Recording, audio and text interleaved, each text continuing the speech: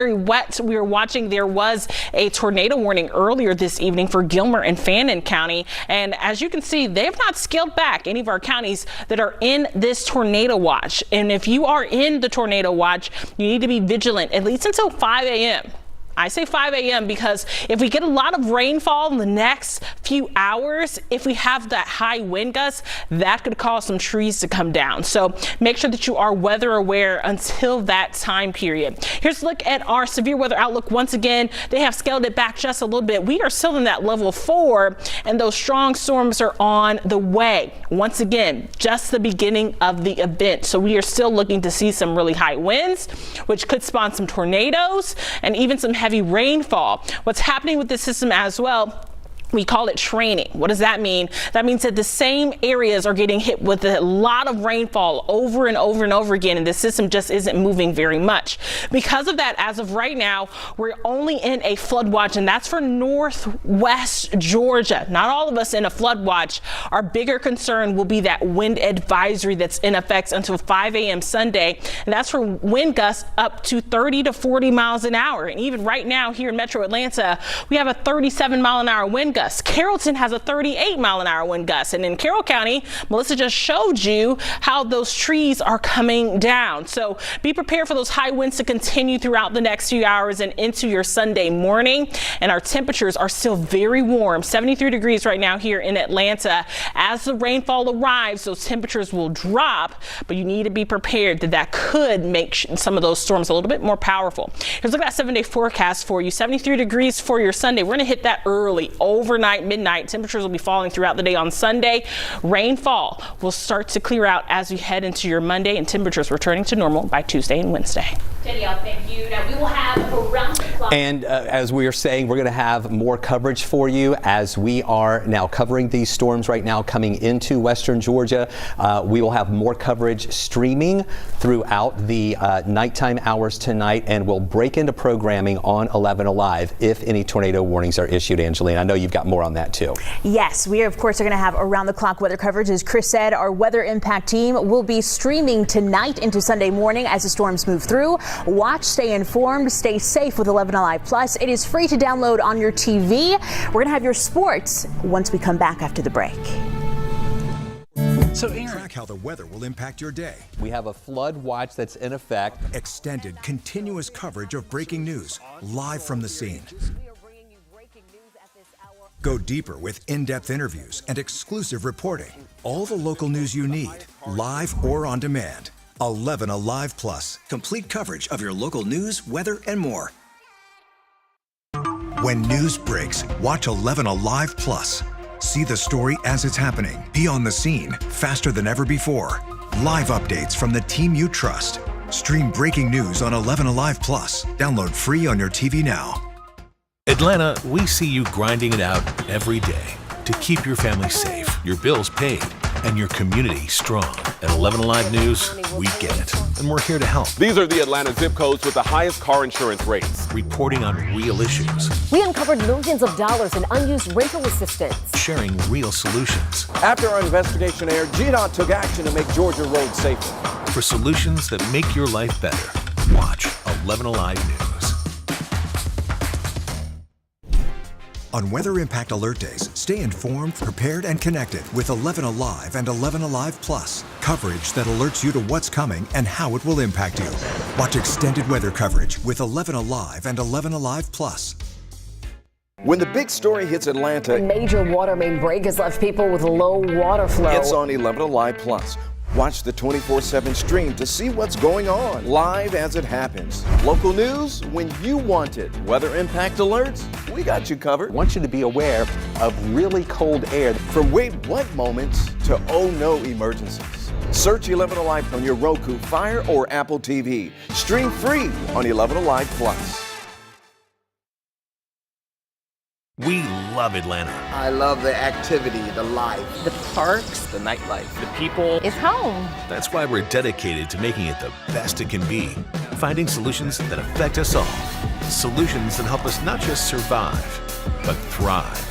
Solutions that help make our daily commutes easier and communities safer. Because we believe in Atlanta and its bright future. See solutions to make your life better on 11Alive News. We know how much weather impacts your life, but some days are worse than others. 11Alive weather impact alerts get you ready for all of it. Very heavy rain out there right now. When weather threatens to mess up your plans or even threatens your safety, 11Alive News will immediately issue a weather impact alert, warning you about what's coming, the impact, and how you need to prepare. As folks are making their plans, you need to know this, folks. Weather impacts all of us. Stay ahead of Metro Atlanta's changing conditions with the 11Alive Weather Impact Team on 11Alive News and 11Alive. The 11Alive Plus TV app, streaming 24/7. Local news from the team you trust on your time. Track how the weather will impact your day. We have a flood watch that's in effect.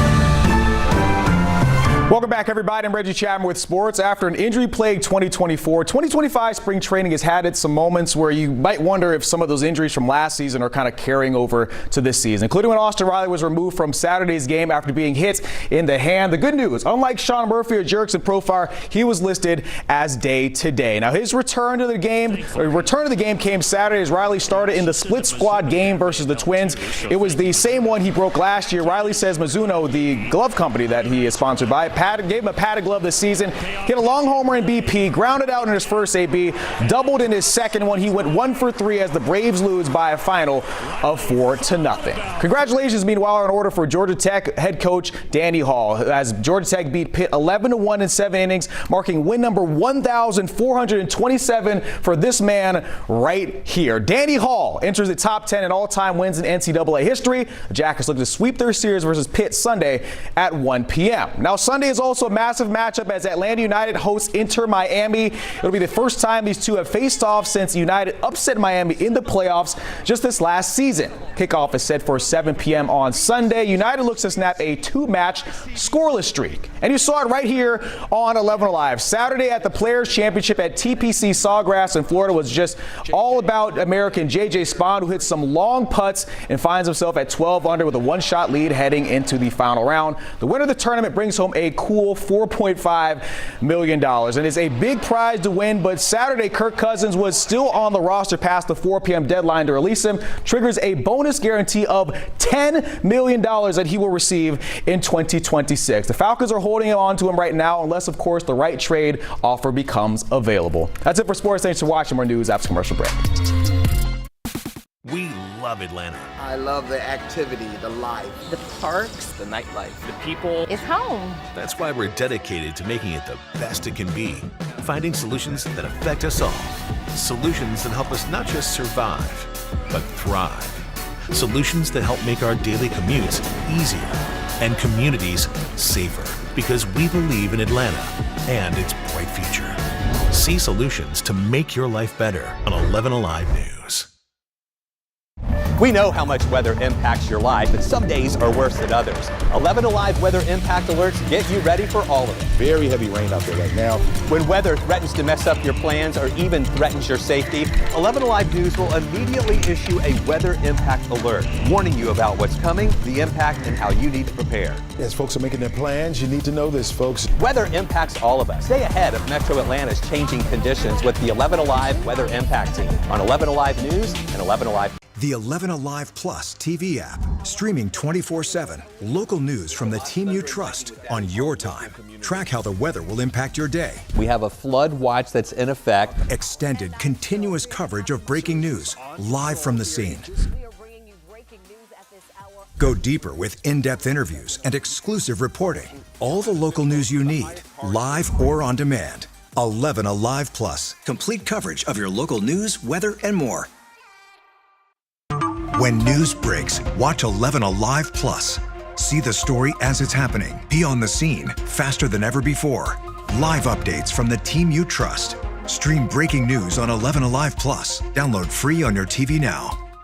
Atlanta, we see you grinding it out every day to keep your family safe, your bills paid, and your community strong. At 11Alive News, we get it, and we're here to help. These are the Atlanta zip codes with the highest car insurance rates. Reporting on real issues. We uncovered millions of dollars in unused rental assistance. Sharing real solutions. After our investigation aired, GDOT took action to make Georgia roads safer.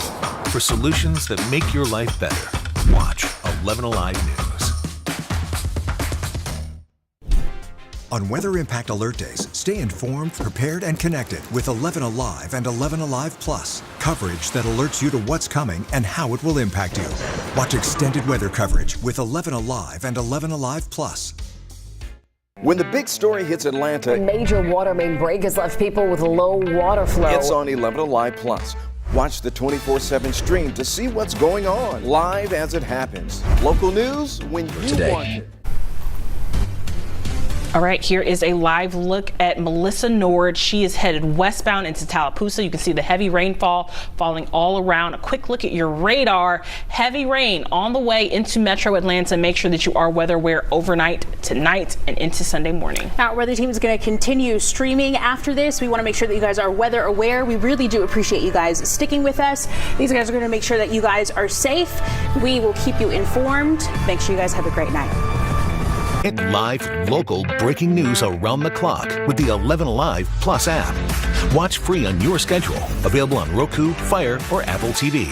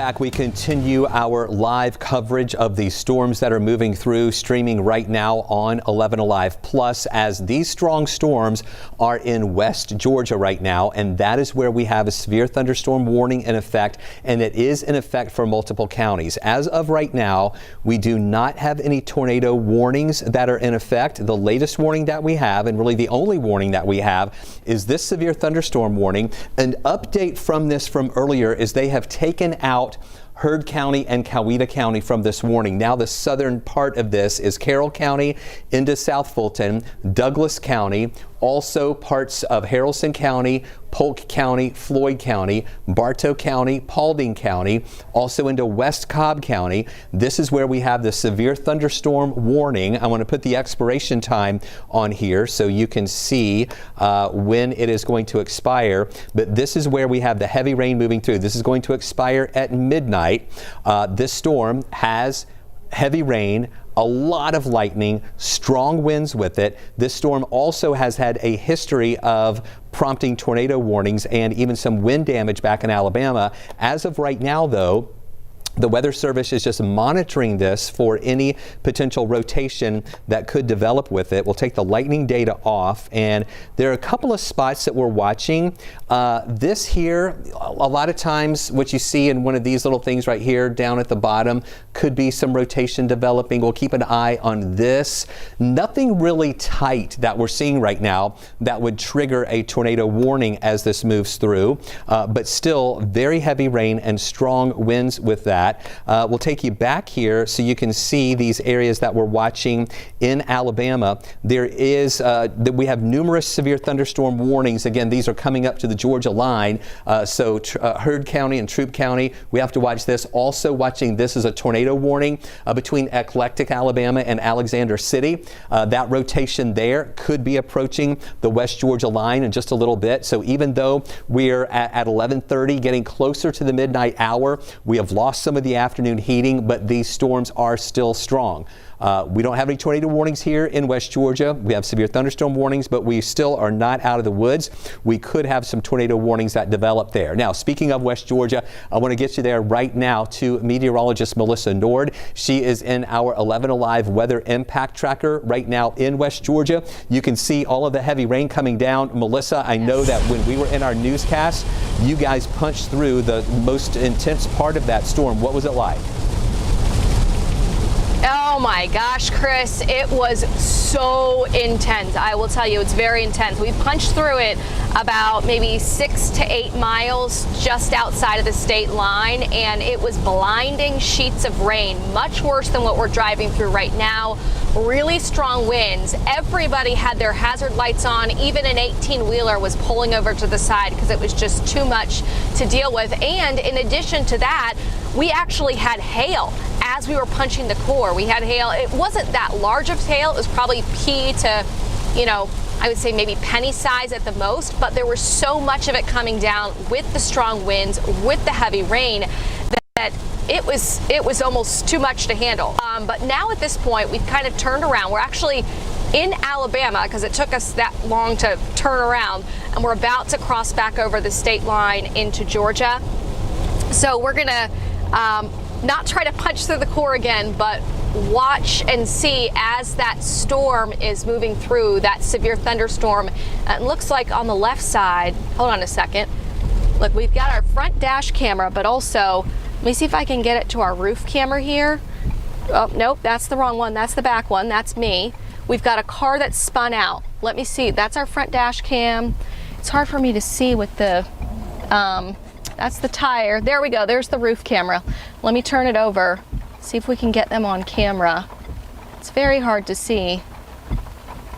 I think that's the back of the truck. Sorry, Chris. I know. Here we go. Now I'm navigating the right way. So it's kind of better to see, I think, on the front dash camera because this is in black and white, but we've got a car that spun out and actually hit into that median wall. Looks like the airbag went out. They've got ambulance or a fire rescue truck that's on the scene. I don't know if they already took somebody away and now they're just there keeping the road blocked, but this is a small car. It looks like it's a Corolla of some sort, a model number that was maybe 10 years ago or so. But that just goes to show you that this is not the type of storm that you want to be driving in. We told you over and over again the last couple of days that this would be a storm system that you'd really want to take seriously, be off the road by a certain time, hunker down at home, listen to the warnings coming across the TV and have multiple ways to get warnings. And unfortunately, this driver, of course, we don't know their condition right now, but it was a very intense storm that driver was probably driving through in the core.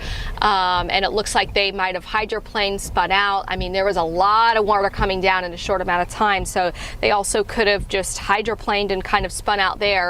But that's where we are right now. So we're actually in Alabama, about to cross the state line into Georgia, and we just saw the emergency lights flashing as we were coming up here, and they just pulled over to check on this person in the car. So, Chris, we're going to send it back to you, if that's okay. We're going to get across the state line, re-get our bearings, and then try to come back to you in just a short while, okay? All right, Melissa, thank you for that. Y'all, please be very careful there on the side of the road with all those, the 18-wheeler just flew by you guys there. So please be very careful. As Melissa was talking, we got a new update here on a brand new severe thunderstorm warning. And I want to keep an eye on this one over in West Georgia right now. So this is a brand new severe thunderstorm warning. So we have two warnings on top of each other. That's why these boxes are or these polygons are on top of each other here. But it's for this part of the storm. I'm in velocity mode right now as we are watching some broad rotation possible in West Georgia. It is not strong enough for the National Weather Service to issue a tornado warning out of this yet. If we see that tighten up, in fact, we see them saying here they are not quite seeing a tornado signature out of it yet. And I just want to make sure that near a little bit south of Dallas, moving through Highway 278. It's interesting over there. Yes. I mean, it could just be some high winds that have, picked up something. Right. But that's definitely something in the air. Okay, so our debris finder is showing some things in the air there that we are kind of keeping an eye on.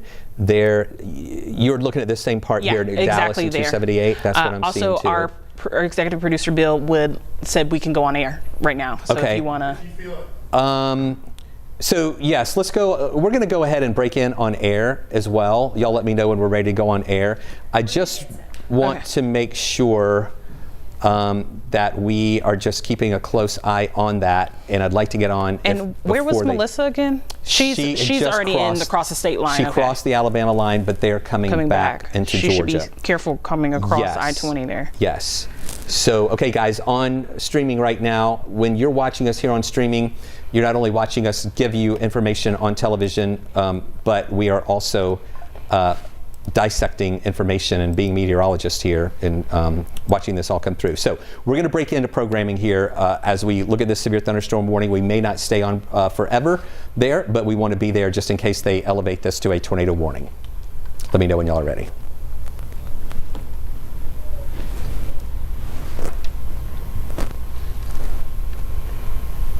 For those of you on streaming, just stand by for a moment. We're about to join in progress on 11Alive.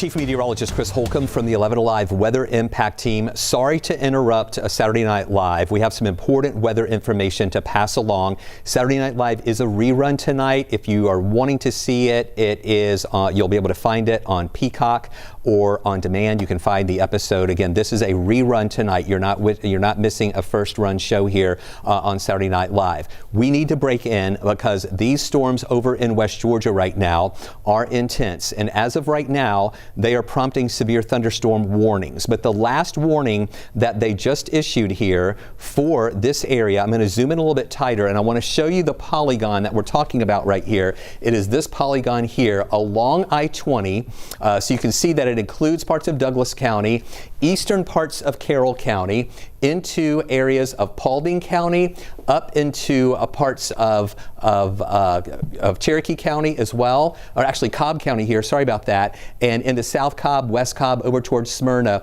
It stops right at the perimeter here on the west side.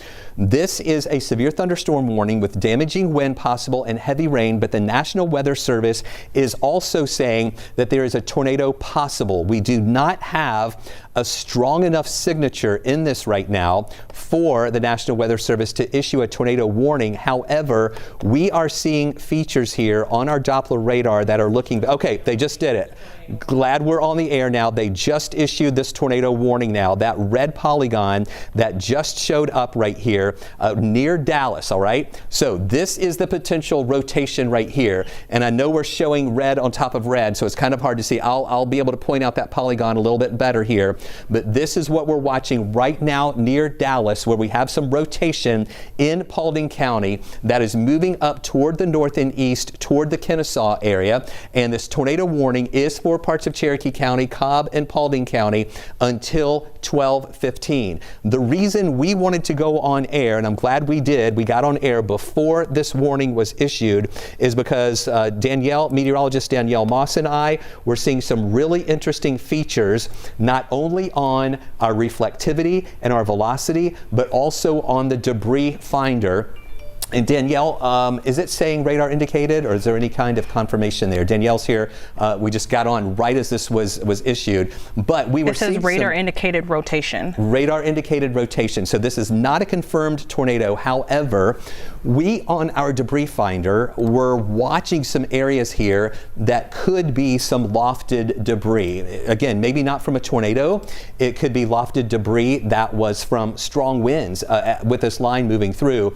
And our Doppler radar can see not only raindrops that are coming down, but if any debris is being lofted up, whether it's shingles, pine straw, or any kind of trash, or just anything that could be lifted into the air there. So we saw that and wanted to get on the air, and we did get on the air right before they issued this warning here. This is a better look. Let me put it back here. Well, as I'm looking at this, this is a little better look where you can pick out this polygon. The red that you see right here, these are the areas under the tornado warning. From Dallas here along 278, that is in Paulding County. It goes into parts of North Cobb County here, including Kennesaw. This is just to the north of Marietta. It goes up into southern Cherokee County right here in Woodstock, just up 575. So this is a tornado warning that is going to be in effect until about 12:15 as that line of storms continues moving up toward the north and also to the east. And Danielle, do you see a speed on that too?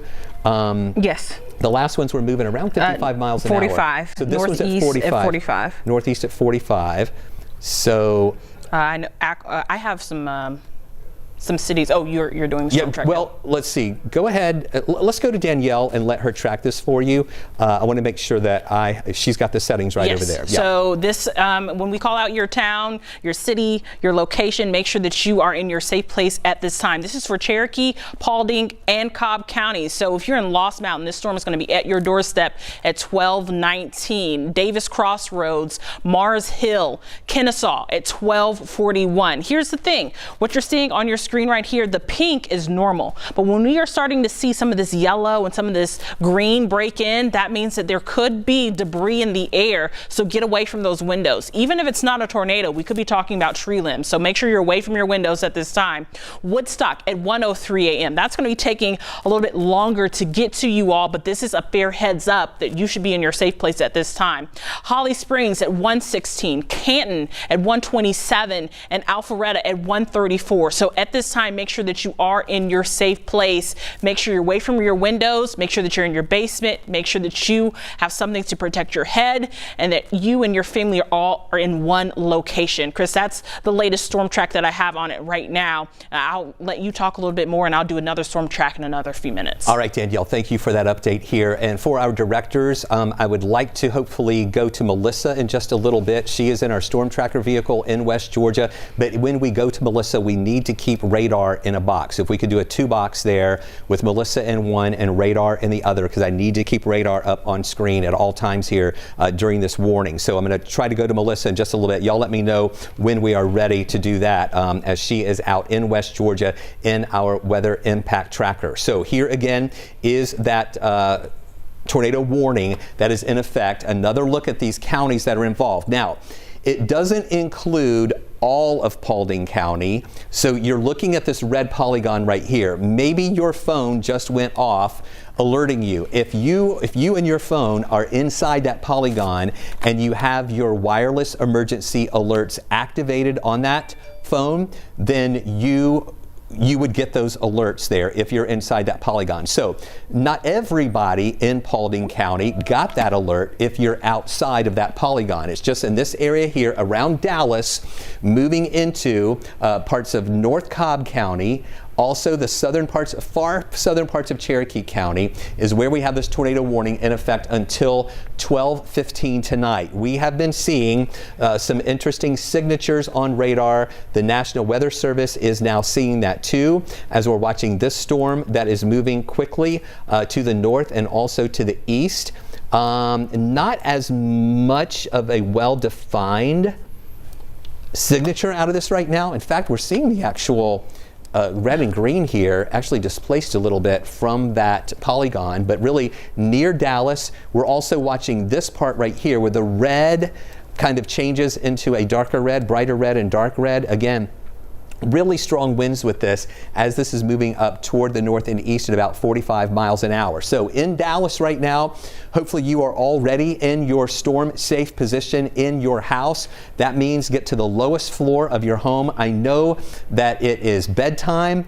If anybody is upstairs in a bed, get them downstairs to the lowest floor of the home into the centermost part of your house. Put as many walls between you and the outside as possible. If you have a basement, the basement is the best place to go as well. As this storm is moving up to the north and to the east, it is a Doppler radar indicated tornado, not a confirmed tornado, but we have seen on our debris finder the potential of some lofted debris that has been in that area, whether it's from a tornado or just the really strong winds here in association with that. If you are in Kennesaw, I want you to get in your tornado safe position right now, downstairs, in a basement. Could be a bathroom with no windows. Stay away from windows. Put as many walls between you and the outside as possible. Marietta, you are here in, let me make sure I see where this actual polygon, okay, they just refined this a little bit. Let me go back here to reflectivity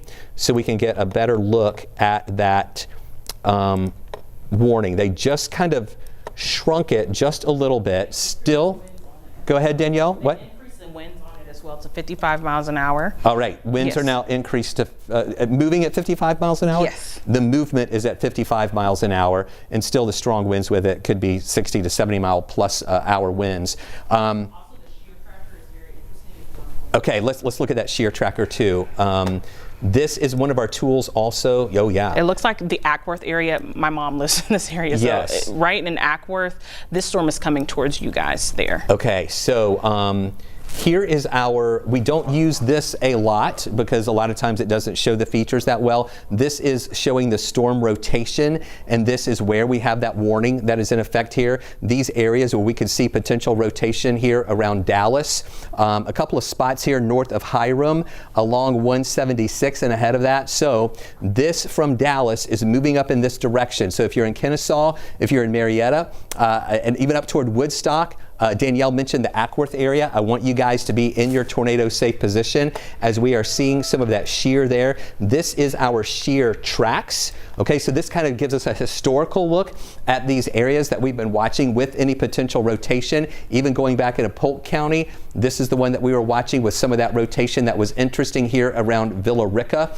And now we have even a more impressive look there near Dallas with that potential shear and potential rotation with that. Danielle, you have something? Paulding County Emergency Management now reporting that there are trees on 2 houses in Paulding County. No injuries reported, though. Okay, 2 trees on 2 houses in Paulding County from the emergency manager there. And I would assume that it's Ackworth Paulding near that area. Okay. Because Ackworth is in Cobb as well. Yes, so here's Ackworth that we're talking about there. Is that what you're talking about? Yes, there? exactly. Yes. Exactly. And so this is the polygon right here. It kind of shrunk just a little bit. Marietta, you are just outside of this polygon. So this is moving up to the north this way.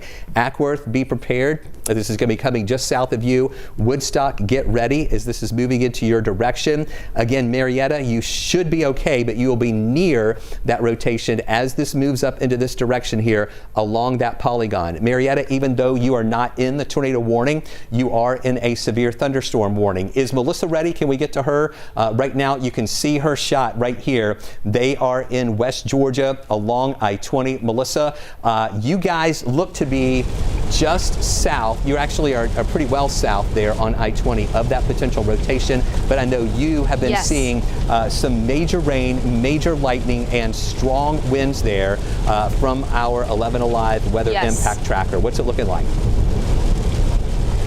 When we punched the storm earlier, the core of it, I mean, we were in Haralson County. We had wind gusts easily 60 miles per hour, some, I would say, dime-sized hail, blinding rain and wind, and we've turned around, so we're headed back in that direction again. But I cannot stress enough, even if you're not in the tornado warning polygon, these storms have very strong wind gusts. Hearing from multiple different counties of emergency managers of trees down, including a tree down on a house in Douglas County as well, even though they were not in the tornado warning, and a lot of lightning strikes that are striking homes as well. New one coming in from Dade County. But again, if you're in that tornado warning at Mars Hill Road over towards Burnt Hickory Road, West Cobb, north of Dallas Highway, please, please, please, please get in your tornado safe place. This also includes up near Highway 92 as you're traveling up into Ackworth going into Woodstock. So we're driving right now. We're coming up on Temple, which is where we started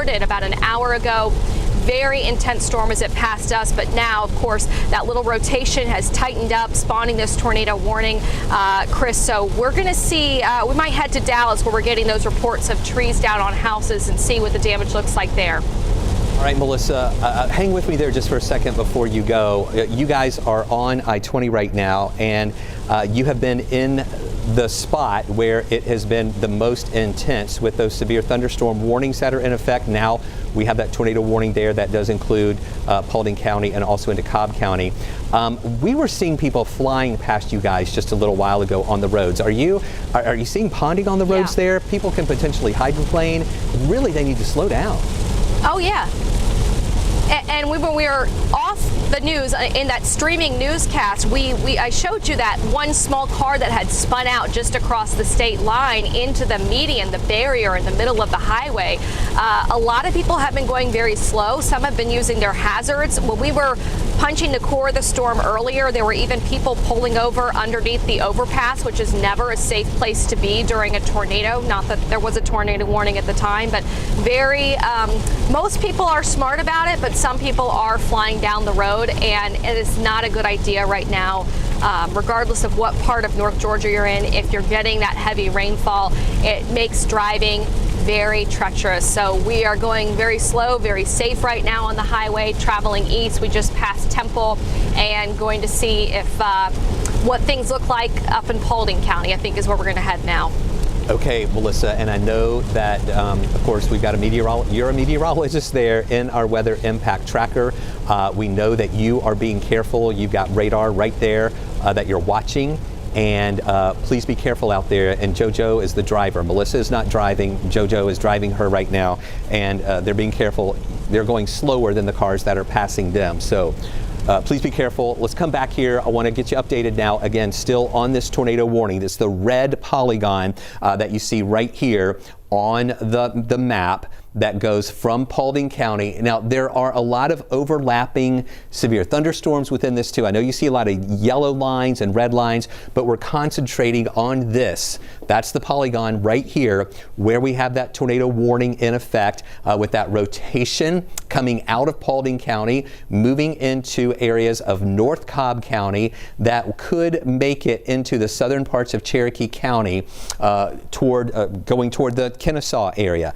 Could potentially make it over toward Woodstock. Here is a look at the velocity mode, and we don't have, Danielle, I know you've been watching this too. There's not really a lot of velocity, but they did issue just 2 new severe thunderstorm warnings with tornado possible tags. Okay, I'm going to let Danielle talk about that. As I was talking to Melissa, Danielle's watching this new thing. So here again is that tornado warning for Cherokee, Cobb, Paulding in effect for another 15 minutes until about 12:15.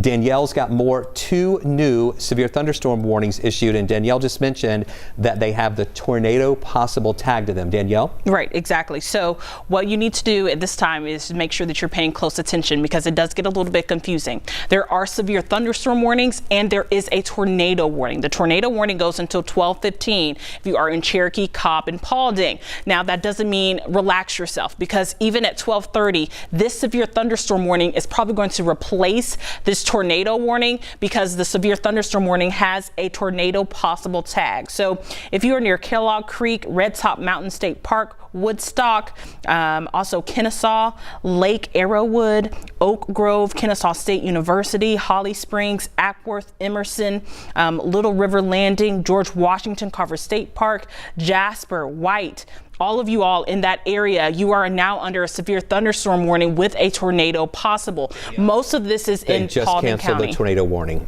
Okay. The red polygon just appeared. Okay, yep. So the tornado warning has been expired. So that's exactly what I thought they were going to do. What they did was they replaced it with that severe thunderstorm warning with the tornado possible tag. So that still means stay in your safe place, because these storms still could be picking up debris and the winds could knock down some trees. So once again, if you are in Cobb County and Paulding County, as well as Cherokee and Bartow County, once again, Ackworth is literally the tip of it all. Ackworth is in Bartow. It is also in Cobb County and Paulding County. So if you are in that area, you need to make sure that you are in your safe place at this time. I know the sirens were going off when that tornado warning was issued.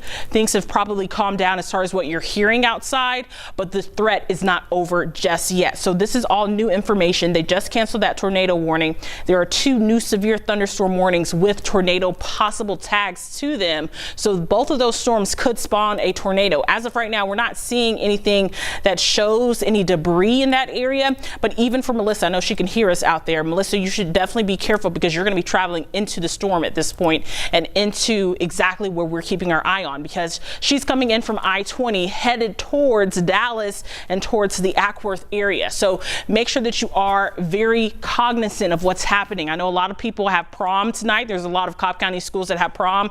Make sure those kids are safe at this hour, because the winds are very high. We are already seeing multiple reports of trees down. In fact, Paulding County Emergency Manager just reported not too long ago that there were 2 trees down in Paulding County on 2 separate houses. Thankfully, no injuries were reported there. Chris?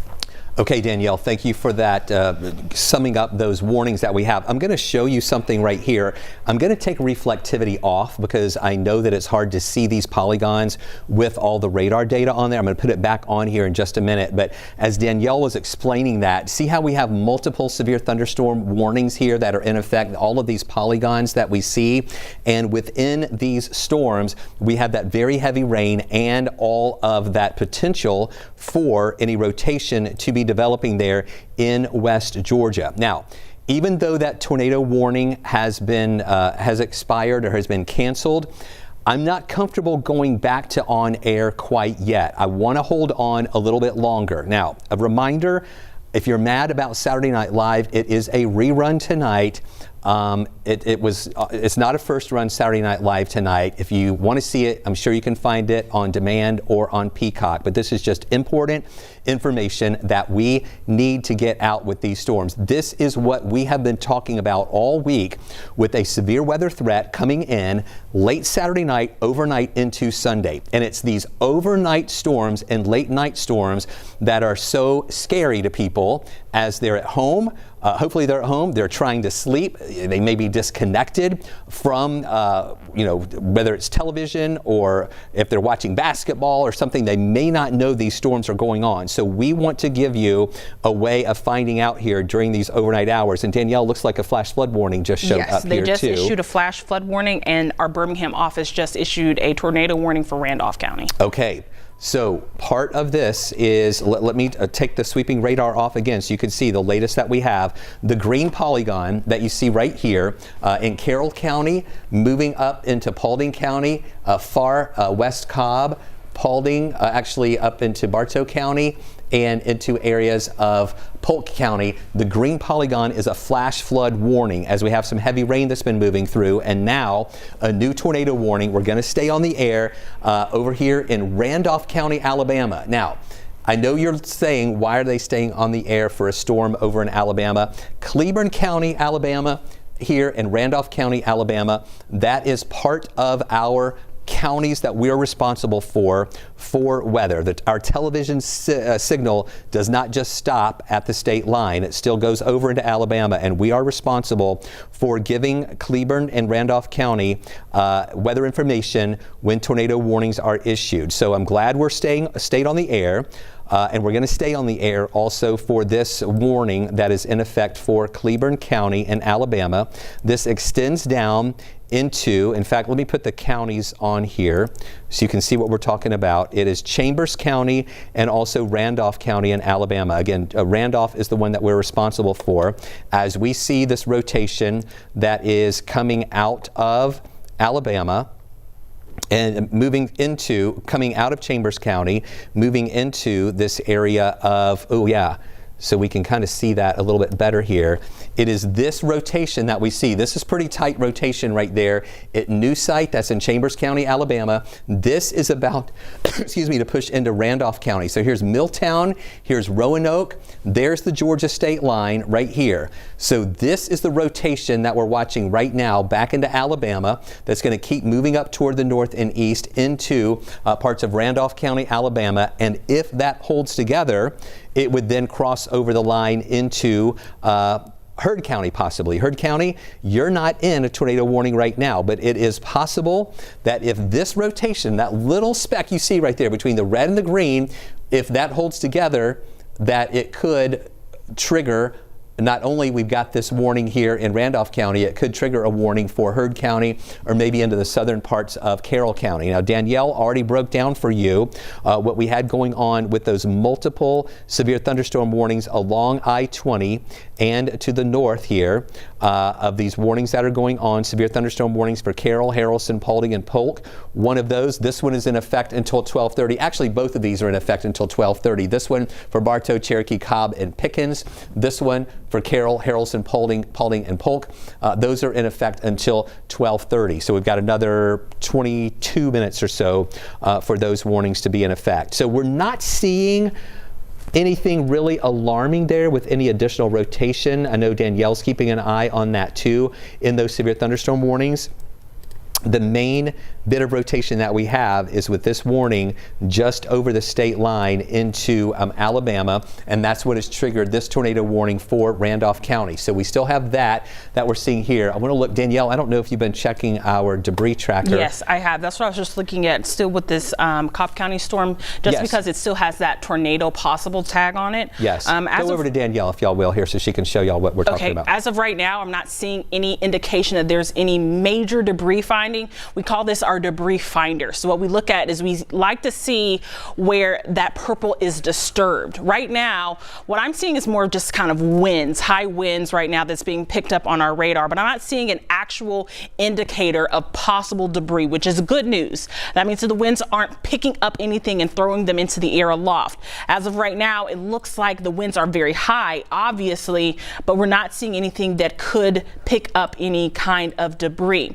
I also was checking out the velocity. The velocity or our wind speed. So what happens is, so when we see a little green dot, that shows that there could be an indicator that there's some shear, which means some rotation, which means that there could be a possible tornado. As of right now, I'm not seeing that either. So I'm continuing to analyze this severe thunderstorm warning, Chris, because it has that tornado possible tag on it. They did cancel one of those severe thunderstorm warnings for Cobb and Paulding, but you have to remember that there were two in place back to back. So this latest one does not expire until 12:30 a.m. In fact, there is also a severe thunderstorm warning for Carroll, Harrison, Paulding, and Polk counties. So as of right now, it looks like high winds are our main threat with both of these severe thunderstorm warnings. And if I zoom out a little bit more, you can see that flash flood warning has been impacted as well. So what we saw in Alabama with these storms is that they are moving a little bit slow. So they hang out in the same spot and we see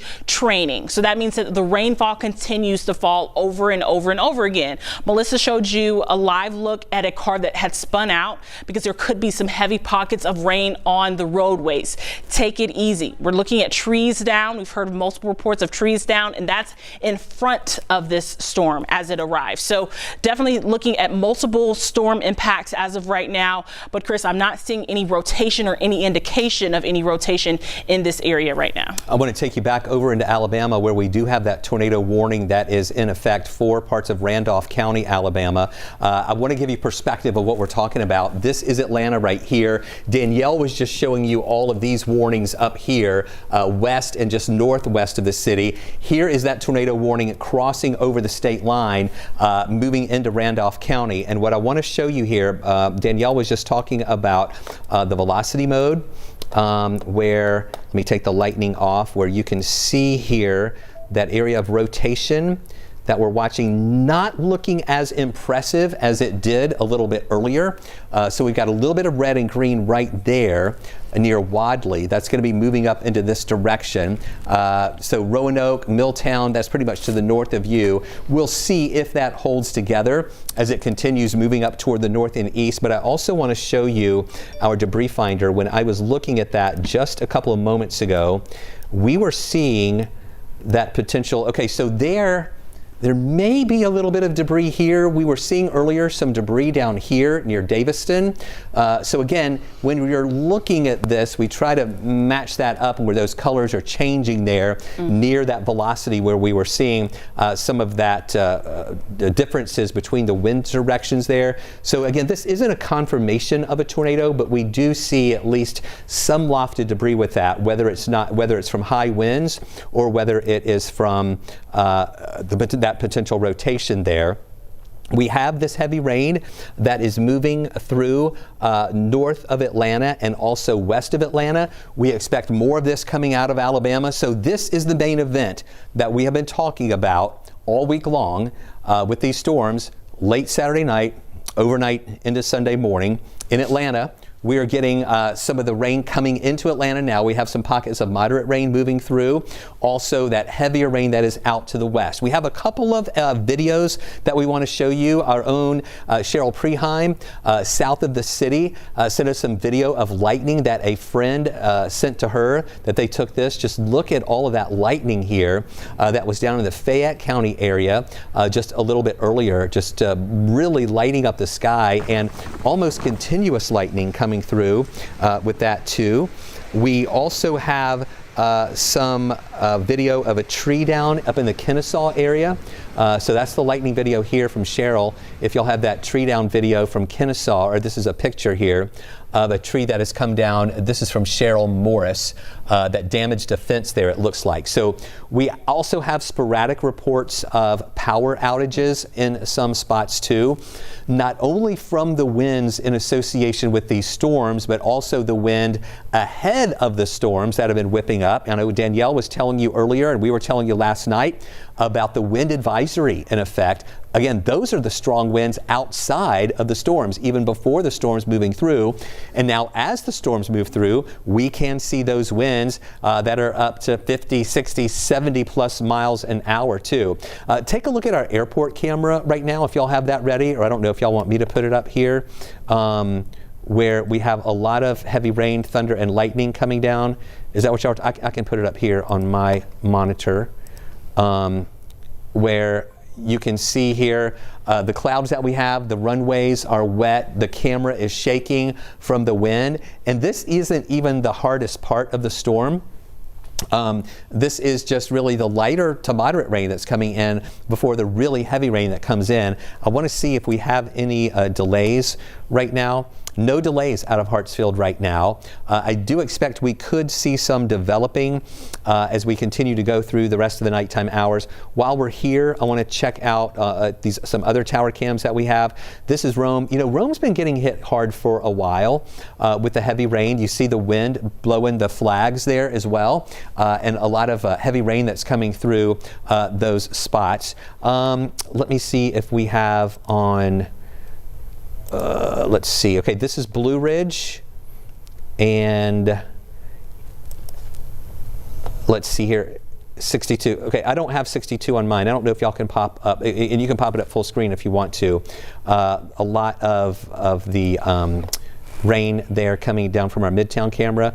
This behind me is our Arizona Avenue camera, where that camera is shaking too. You can see again some of that heavy rain and the low clouds that we have. And if y'all want to pop up remote 62 to show, there we go. There's the Midtown camera here in Atlanta, and you can see all of the lightning that we're watching with those storms that are pushing through our area right now. And again, it's not even heavy in Atlanta yet. It is only going to get heavier as this continues to move on through. If we can come back now to radar, I want to get back to this tornado warning that is just over the line into Alabama. That does include Randolph County, which again is one of our counties that we are responsible for here in the Atlanta viewing area.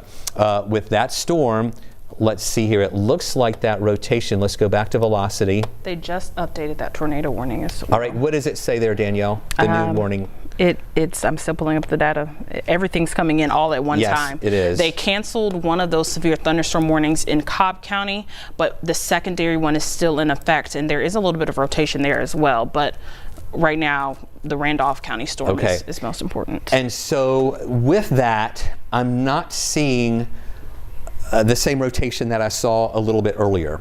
So in that update here, we were seeing some rotation right in this area, and also it was down here earlier. And now as this moves up to the north, we're not seeing it as defined of rotation as what we had a little bit earlier. Now, this is for Chambers and Randolph County. It is to be in effect now midnight Central Time. That would be 1 o'clock our time. So that's a long-standing or a long-lasting tornado warning.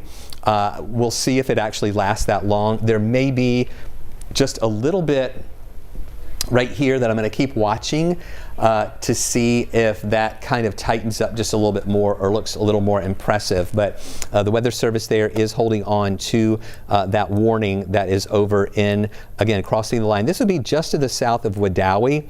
That little bit of rotation that I still see that looks interesting on radar is between Tennant and Cornhouse, moving near Haywood and Taylor's Crossing. So that part right there might still be some of the rotation there that has prompted this tornado warning that is supposed to be in effect until 1 o'clock in the morning. Now, I want you to notice here that this warning, the polygon, stops right at the Georgia line. And it'll be interesting to see if the Weather Service office here in Peachtree City is going to extend this tornado warning as this moves out of Alabama and potentially moving in to parts of Heard County or Troup County, the southern parts of Carroll County. That would be next in line if this warning or if that rotation still holds together there. And again, up to the north, we have these severe thunderstorm warnings in effect, and I'm going to leave it on this velocity mode right now.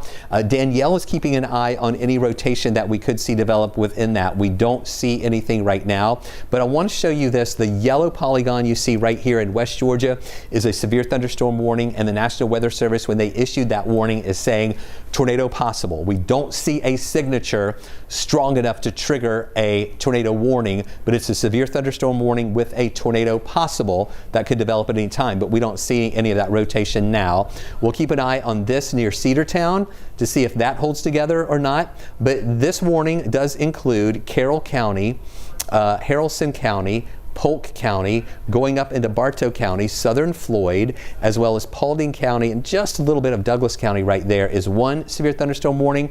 And then we have this severe thunderstorm warning pretty much right there just for Cherokee County. They took out a few surrounding counties there with that storm. Cobb is no longer included in that particular warning there too. So if you put your storm rotation on for that storm, it still has a little bit of rotation there just west of Woodstock. Okay, this is what Danielle's talking about here. This is our rotation product that we have that helps also to pick out any shear within the atmosphere or any potential rotation that could be developing there.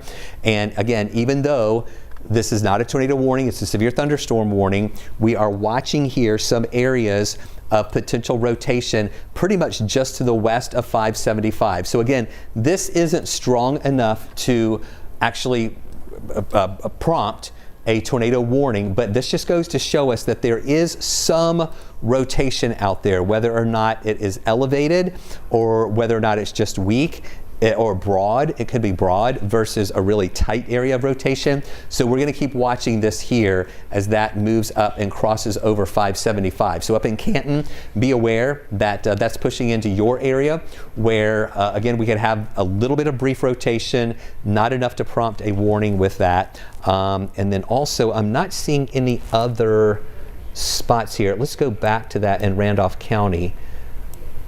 So we see that what we just kind of pointed out there, there's a little bit of rotation with this. We mentioned New Site, Milltown, Roanoke, Wedowee. So in this area right here, there may be just a little bit of shear, a little bit of rotation right there that is left over, but not real classic signs of anything majorly strong right now. And so what happens a lot of times with these storms and with the rotation, we often will see it ramp up a little bit, and then it may kind of calm down, and then it can tighten up yet once again. So that's why most likely that tornado warning there for Randolph County is a long one. It goes into effect until 1 o'clock our time, midnight Central Time. I do have good news about that one. Yeah, it looks like they kind of shrunk it up a little bit, didn't you? Right. The National Weather Service just said for Peachtree City that they're not anticipating on extending it. So that shows that the rotation is weakening right now. Okay, so that is good news there, Danielle, as we were wondering here if our National Weather Service, in looking at what's happening with this storm just over the line, if that rotation were to ramp back up. Right now, they're not seeing any indication that that is going to happen. So, but it could. So as of right now, they are not planning on extending that tornado warning over the state line into Georgia for those areas of Heard County or southern Carroll County.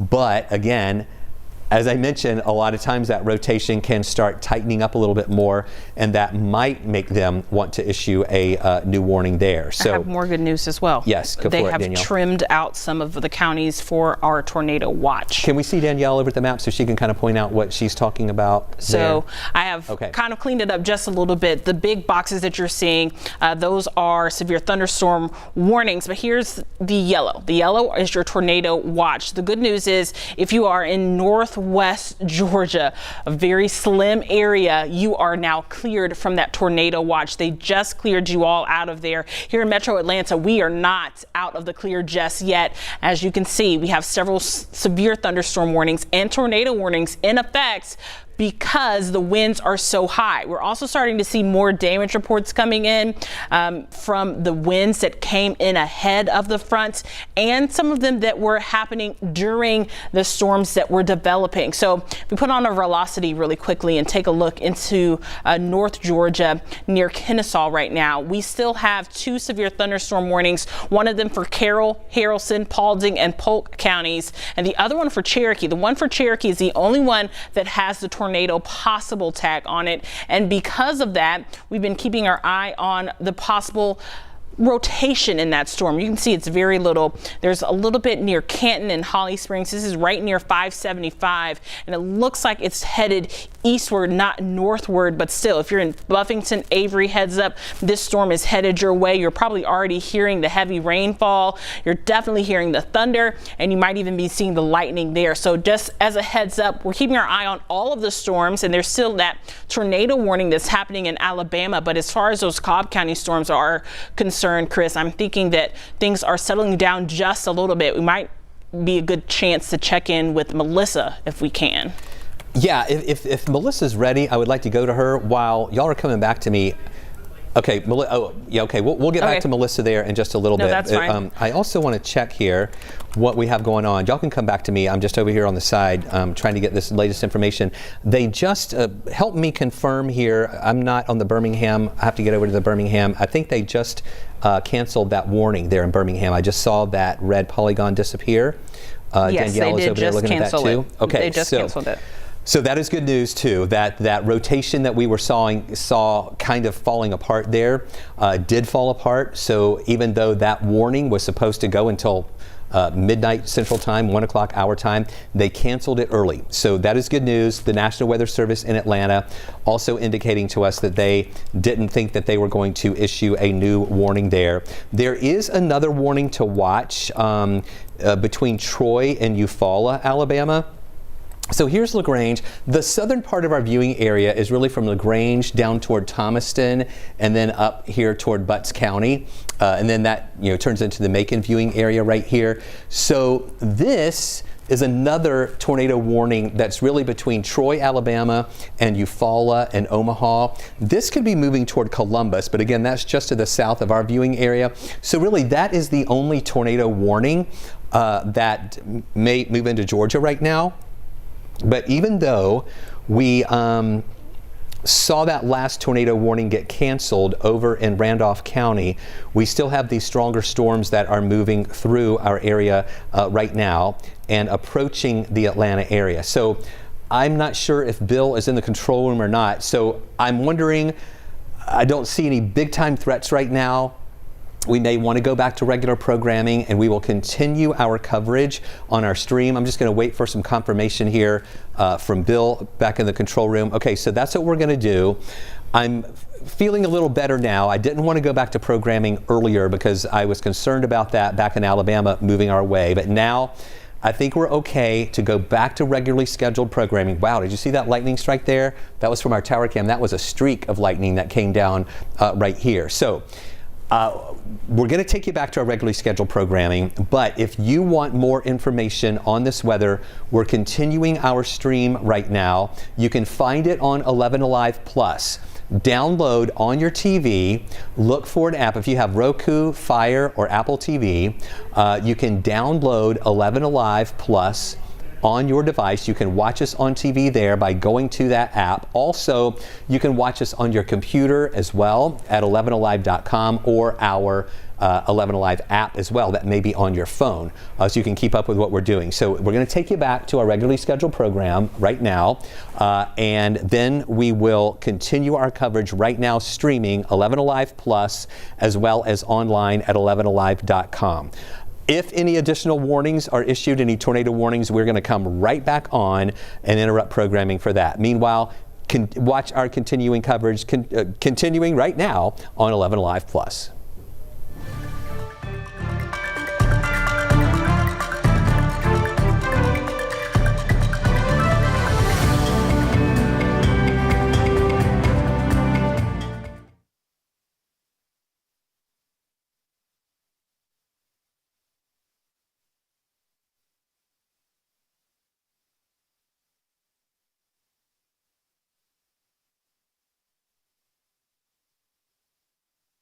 I just walked out and walked in here. I didn't know. Yeah. Everything's off control. Yeah, I'm good.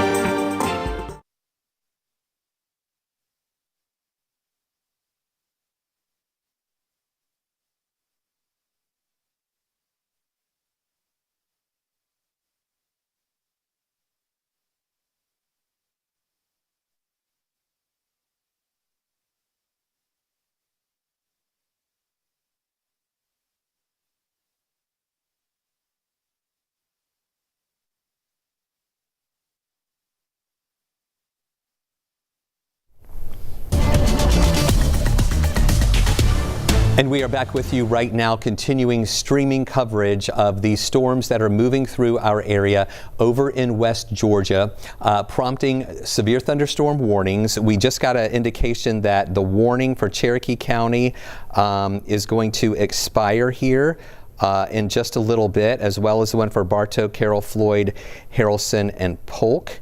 Will be expiring here, most likely. Were those the ones I think that were expiring at 12:30? So we're going to watch those yellow polygons disappear here in just a moment.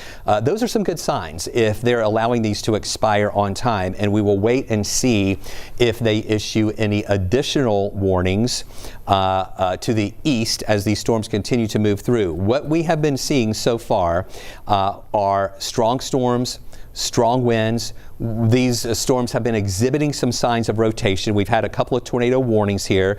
Right now, we do not have any tornado warnings in our viewing area, but those two polygons just disappeared here at 12:30. So did y'all see that? We had the severe thunderstorm warnings for Paulding County, into Cobb County, Bartow County. Those just disappeared. That is a good sign that they are allowing these to expire on time, and so far have not issued any new warnings as these move over to the east. So these have some heavy rain with them, strong winds. These storms have exhibited some rotation a little bit earlier. Speaking of that, I want to go to the shear product that we have right now. And what I'm looking for here is blue showing up. I don't see anything, just a little bit of that right there in Polk County, but that's nothing to be concerned about. I don't see any other issues of shear or of a rotation here. A little bit there between Wedowee and Roanoke over into Alabama. So nothing right now is looking really alarming out there as far as any concerns about a new tornado warning. Now, we could see some rotation redevelop here, but really good news from the Weather Service is that they are allowing those severe thunderstorm warnings to expire, and so far they have not issued any new ones coming up here yet. Now, what we do see is a flash flood warning right here. See that green polygon right here? And I'm going to show you some of our rain totals. This is going to take a second to compile here, all right? And where we have that flash flood warning, we're seeing some impressive rainfall amounts right here. And I'm going to put some of the totals on here, and then we're actually seeing that expand just a little bit more. So back into, let me put this on here, some of these rain totals that we have. The red that you're seeing out in areas of Haralson County, there are some spots with 2 to 3 inches of rain that has come down with these storms that have just been moving over the same place over and over again. They're in areas of Haralson County. As you get up closer to Cedartown, where you see the purple color here, that's where we have some rainfall amounts around 2.2. Eastern Polk County, a little bit less than that, near Dallas, or actually a little bit more than that. In Dallas, about 2.6 inches of rain. Here in North Carroll County, near Villa Rica, 1.7. As you get into West Cobb, about 1.5 inches of rain has fallen there as these storms have that really heavy rain coming down, and still some wind with it too. But so far, everything is below what we would see as any kind of major threats right now. No tornado warnings, no severe thunderstorm warnings right now. Now, it's not to say that we're done with them, As these storms move to the east, we may see a few more that will be developing out there too. So there again, that green polygon, this is the flash flood warning that includes, Carol, those areas that I just showed you, those impressive rainfall amounts. That's what is triggering this flash flood warning now. That includes all of those counties here to the west. Carroll, also Haralson, Polk County, parts of southern Floyd, going into Bartow County, Paulding County, far western areas of Cobb County, and down into parts, a little bit of Douglas County right there too, with heavy rain that has been coming down there. When we get Melissa Nord back, she's in those spots there with some of that heavy rain where we have those flood warnings. Just when we get her back, just let us know here and we'll go to her there. There is another flash flood warning back into Alabama from Anniston down toward Lineville. We do have a severe thunderstorm still over into Alabama. Where that, excuse me, if that one holds together, we could see that trigger a warning, possibly a severe thunderstorm warning. If this extends and holds together, that would move into Troup County, maybe into parts of Heard County. So we're watching this right here that still looks impressive with that heavy rain and some strong winds. You know what, I want to look at that just to see, since that may be nearing LaGrange and Troup County. I just want to see if we see anything in there that looks interesting. Danielle, I know you're looking at that too. Maybe near Tuskegee, south of Auburn. Maybe a little bit of light rotation there, but again, that's a severe thunderstorm warning. Also more to the south of that, between Union Springs and Clayton. That is where we have another tornado warning there, north of Clayton, northwest of Eufaula. That could hold together, but that one would really be on the trajectory to be near Columbus or south of Columbus. The tornado warning is the one that the National Weather Service says that they are watching. They are also confirming that they think that the rotation is weakening in that storm. And that one that's down in Alabama, south of Columbus. That's that's good. So we are not out of the woods yet, but we are getting some good signals and seeing some good signs as these storms move in, that they're not as strong as they were in Alabama. And that's kind of what we were thinking as we were watching these storms moving in. I remember saying a few times on the air that these will be moving in the nighttime hours. We do think that they will be weaker. Ooh. Wow, did you see that? Yeah. That lightning strike there? That was from our tower cam at Arizona Avenue. I don't know if that hit one of the buildings. All those skyscrapers have a lightning system, though, that diverts the lightning if it hits those tall towers through copper wiring that goes down to the ground. So, but that was interesting there. We may have to go back on our tape and look at that to see if it actually struck one of our buildings. But you can see here the still heavy rain. And what we were saying this week is that as these storms moved in overnight, that they may be weaker than they were in Alabama, but that doesn't mean that they'll be weak. And that's kind of what we're seeing right now. They're not as strong right now as they were in Alabama, where we had more tornado warnings there. We did have some tornado warnings in West Georgia. That lined up with that level 4 risk of storms. Now these are moving into what was the level 3 risk. So we'll see how these are going to hold together, if they will still prompt any additional severe thunderstorm warnings or maybe even any tornado warnings as that line continues to move through. Really, I think the biggest threat right now, those winds we have, not only with the storms, but the gradient winds here ahead of the storms and during the storms, but also the numerous flash flood warnings that we have. Look at all those polygons. In fact, I'm going to take the radar data off just so you can see all of those green polygons that we have. All right, so here's what we're watching.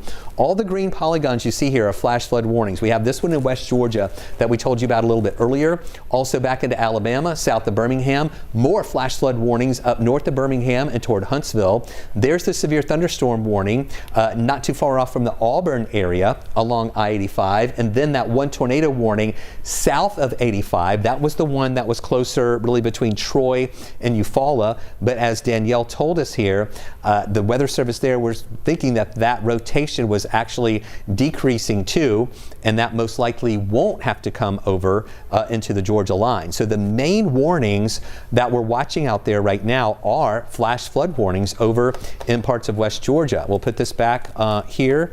I want to do a lightning count on this. This has always been interesting to kind of watch here with this entire system that will go all the way through Alabama over through Georgia, including some of that in Tennessee and North Carolina.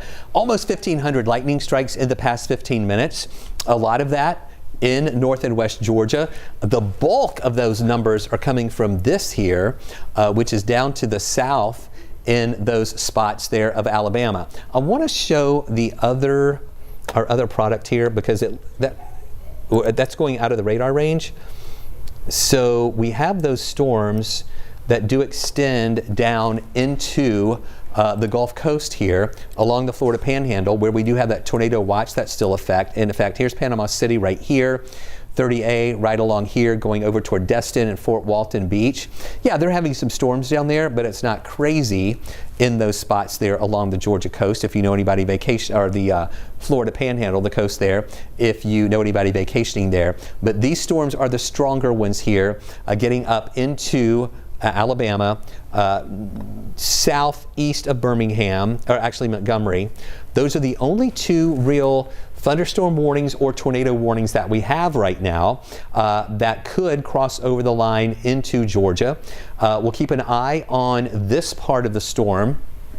So here we have Columbus down here.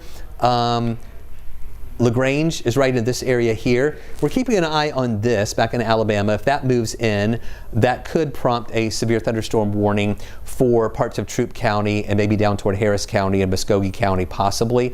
So that's the next thing that we're watching coming in.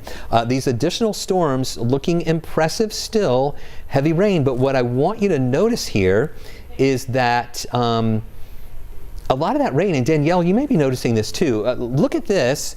As this line was moving through, all right, really intense coming out of Randolph County, moving into West Georgia right here. But watch how that moves to the north, and a lot of those colors kind of start relaxing a little bit. Not as much red with that. Then we have this right here.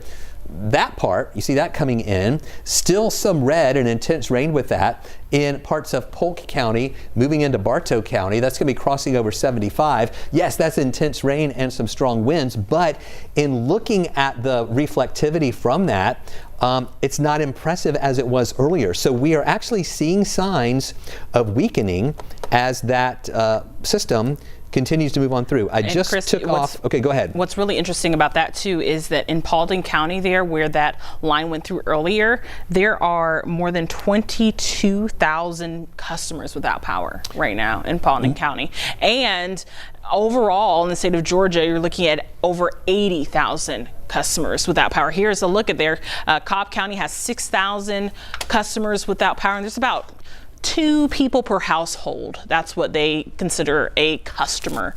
Cherokee County, 8,000 people without power there. Fulton County, we haven't even had really a severe thunderstorm warning in Fulton County, and there's 17,000 people without power. Paulding County has the greatest number, and we are also hearing reports now from different emergency managers saying that there are trees down in multiple places in Paulding County, specifically near Pickett's Mill. That is between Hiram and Crossroads in Cobb County line. So like we were saying earlier, the Ackworth area, so that was right at the tip of where Paulding County and Cobb County meet. That's where we're seeing a lot of damage right now coming through. So if you know anyone that's headed out tonight, my advice would be to just try to stay at home if possible. As of right now, it looks like we are looking at a lot of flooding that we're keeping our eye on. We don't have any severe thunderstorm warnings at the very moment, but like Chris was saying, down to the south in Alabama, we have been watching these storms develop for hours today, and unfortunately they have held together pretty good, which means that if we are continuing with that same theory right now, moving through I-85 near Auburn, there is a very strong severe thunderstorm warning, and south of that near Troy there is a tornado warning. I know that is very hard for you to see because we're looking at a lot of red and and yellow, and all of the boxes are also red and yellow, so that's definitely hard. But here is a better look at it. That tornado warning is for Barber and Bullock counties in Alabama, and that is until 12:15 a.m. So you have to remember that would be 1:15 our time here in Atlanta. That severe thunderstorm warning was for Chambers, Lee, Macon, and Tallapoosa, and I think they just extended that severe thunderstorm warning to the state line. Yes, they just added a severe thunderstorm warning to the state line of Georgia.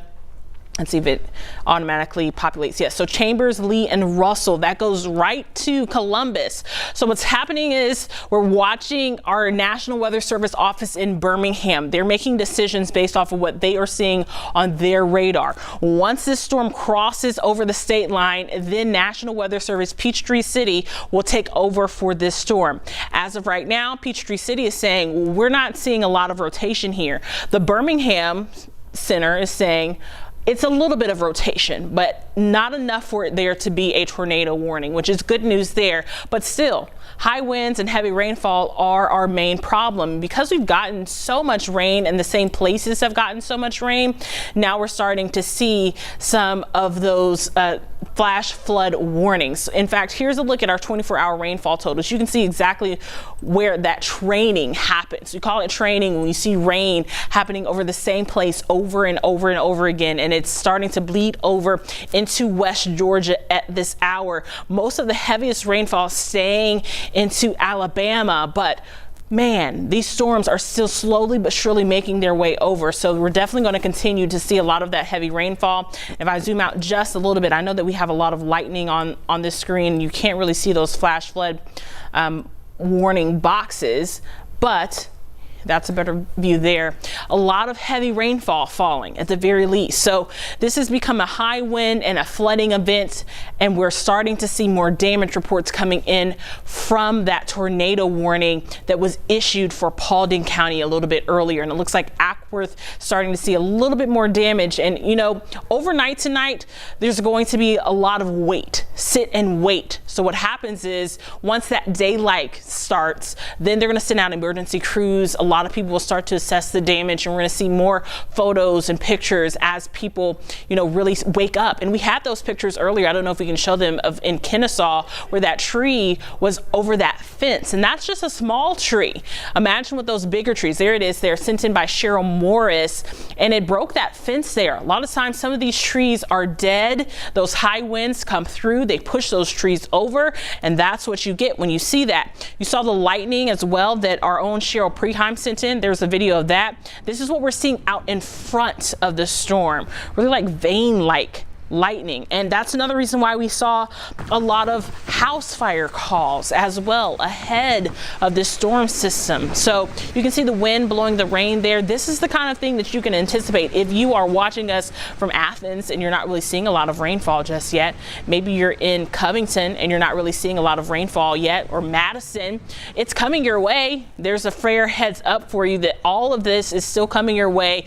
We are not out of the woods by any means. The good news is that some places have been cleared from the tornado watch. So here's a look at that tornado watch. And it looks like mostly our northwest Georgia counties have been cleared.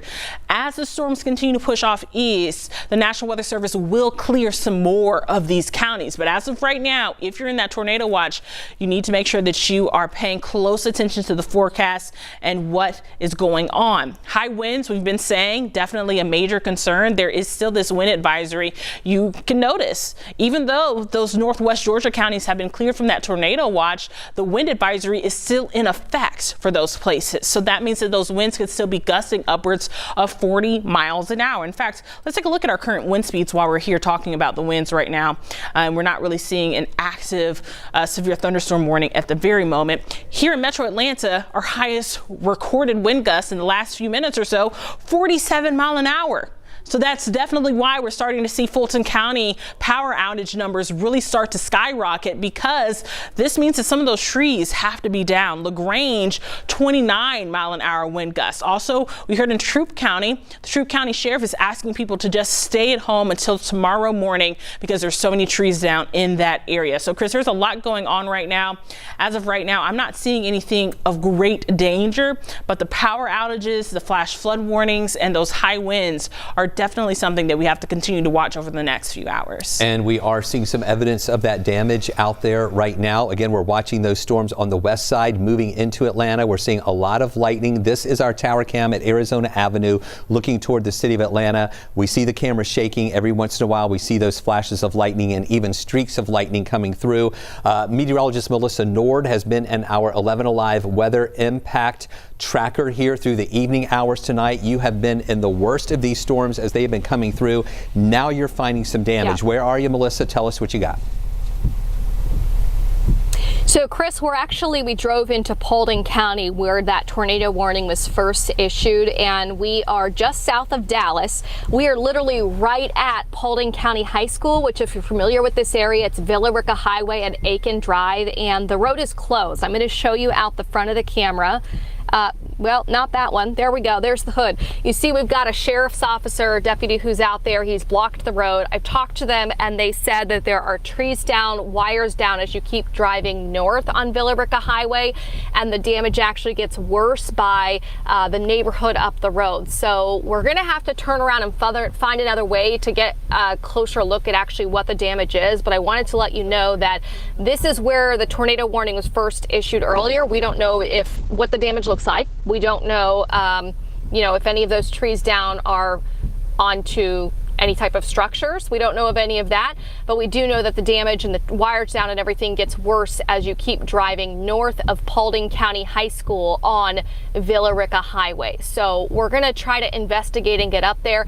The emergency manager in Paulding County in our little National Weather Service chat room where we communicate with the National Weather Service and emergency managers and everything across the state, and mentioned there were a couple of trees in Dallas or in Paulding County on houses. So we were trying to get to one of those. And actually, as we were driving north from Villa Rica to Dallas on Villa Rica Highway, the power was out. All of the traffic lights that we came to, the signals were out. You had to treat it like a four-way stop. And what I noticed was on the side of the road, there were a lot of mobile homes or manufactured homes, and people, because the power was out, got out of their homes, and they're actually sitting in their cars and just sitting with them running. So I suspect they were in the car so that they could still listen to a TV broadcast or a radio broadcast or something and know when the next storm was coming. But we haven't been able to put our eyes on the damage yet. But I'm told that there are multiple wires down, and that's why the road specifically is closed, because it's not safe to drive on. There's still live wires. But this is just south of downtown Dallas off Villa Rica Highway, right by Paulding County High School. So Chris, earlier we were driving along I-20 West, and we punched the storm out in really Haralson County, and it was intense. I mean, we had blinding rain, we had probably dime-sized hail, strong winds sustained at least 60 miles per hour for a good 2 minutes straight as we were punting core of the storm. But now we're waiting on storm cell number 2, is what I would call it, a more intense rain to start moving in here. But you can see the road's still closed down. They're still turning cars around. You can see that car that just passed there is turning around as well. So we'll try to get a different way around the damage and investigate to bring you those here on 11Alive Plus. All right there, Melissa, thank you so much for that very comprehensive report of what you have been seeing out there in our 11Alive weather impact tracker.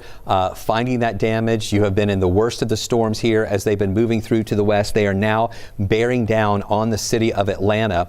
I'm going to zoom in tighter here to the city where you can see these storms here, that heaviest rain. In fact, let me put this into live mode here. That heaviest rain is right on top of us in the city. We are hearing it on our roof right now. We have some wind with it too, but again, nothing classified as severe right now. from these storms coming through. It is that moderate and heavy rain, a little heavier here on the north side. So here's the downtown connector going through the city, and then of course that splits to go up 75 into Cobb County, and then there's the 85 split going up into DeKalb County. The strongest part is right here as you get close to Buckhead, up towards Sandy Springs, crossing over near the Smyrna area where we see that heaviest rain that's pushing through right now. We do have some strong winds with that, and there is still a lot of lightning with it too.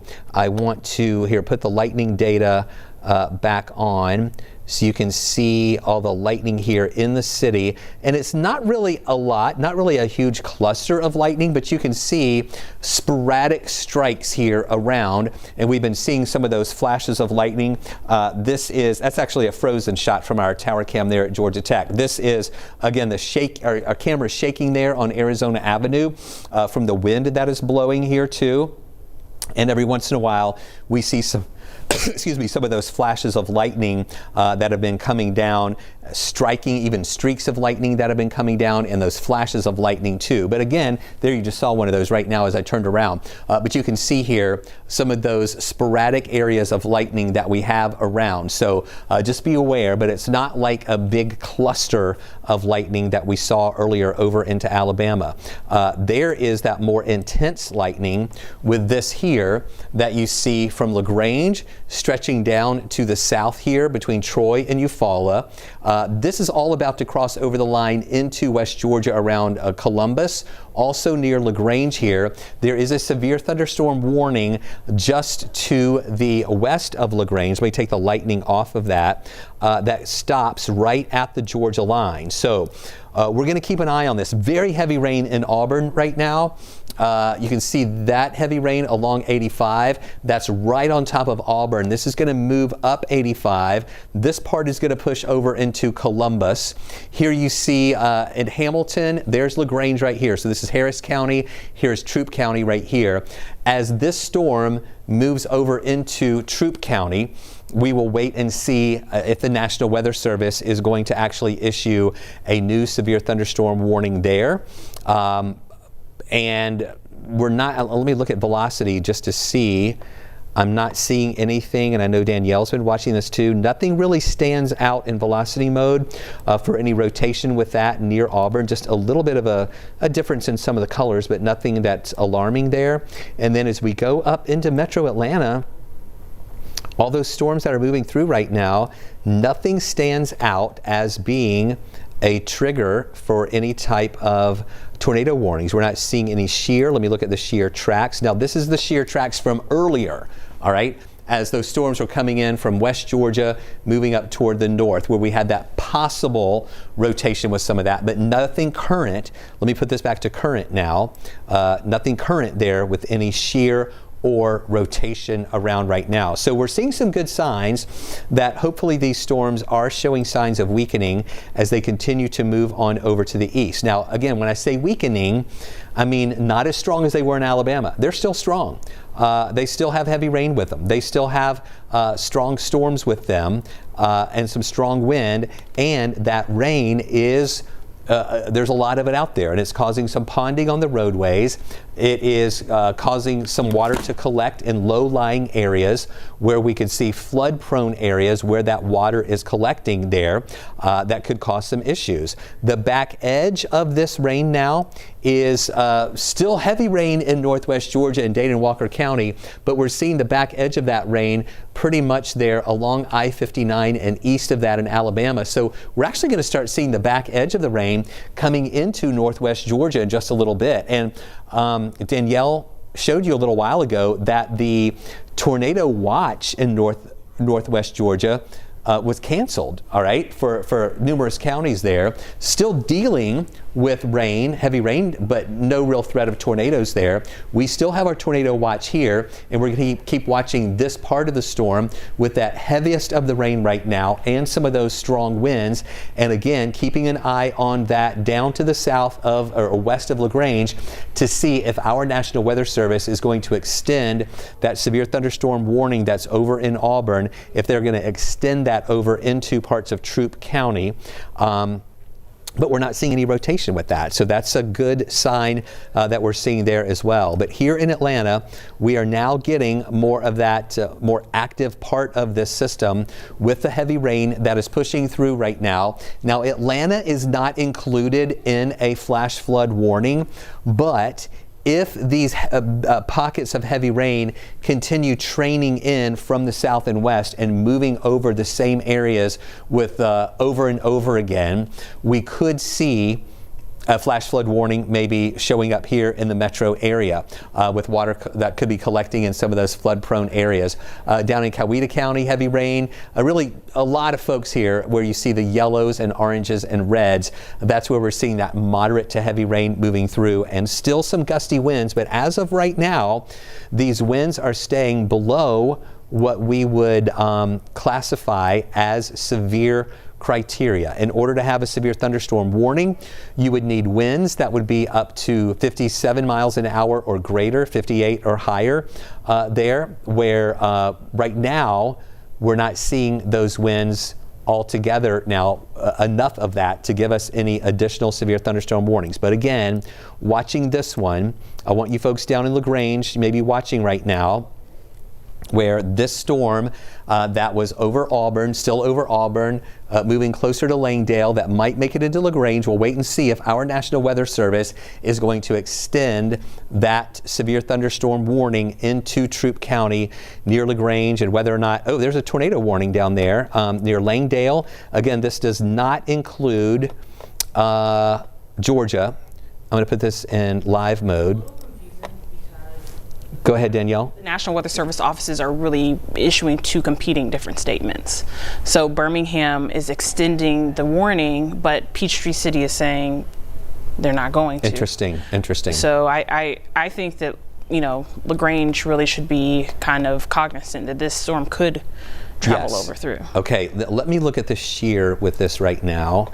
I don't really see anything showing up. It may be I've been investigating, not even seeing any debris signature or anything like that, but yeah. So it may be just this, again, little part right here. We've got a little bit of a color there, and then just some changing colors right back here that may have been enough to issue this warning. So if you're used to driving down 85 south of LaGrange here, over into Alabama, and you see the exit for Casita. This is where we're talking about right there, where we have that heavy rain that's moving through and that potential rotation. So here is West Point, Georgia. The warning stops right at the Georgia-Alabama line. And what we're going to have to wait and see is if our National Weather Service office in Peachtree City is going to extend that warning potentially over into Troup County. So again, no Georgia counties are in a tornado warning. We have Chambers County, Alabama, right here along 85, right at the Georgia state line, where we have this latest tornado warning.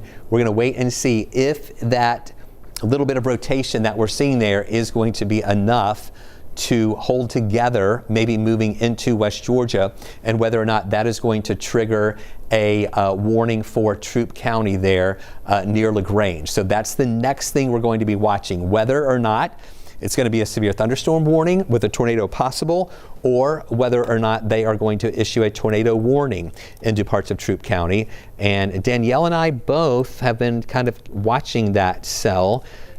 That the rotation is tightening as it approaches Lynette.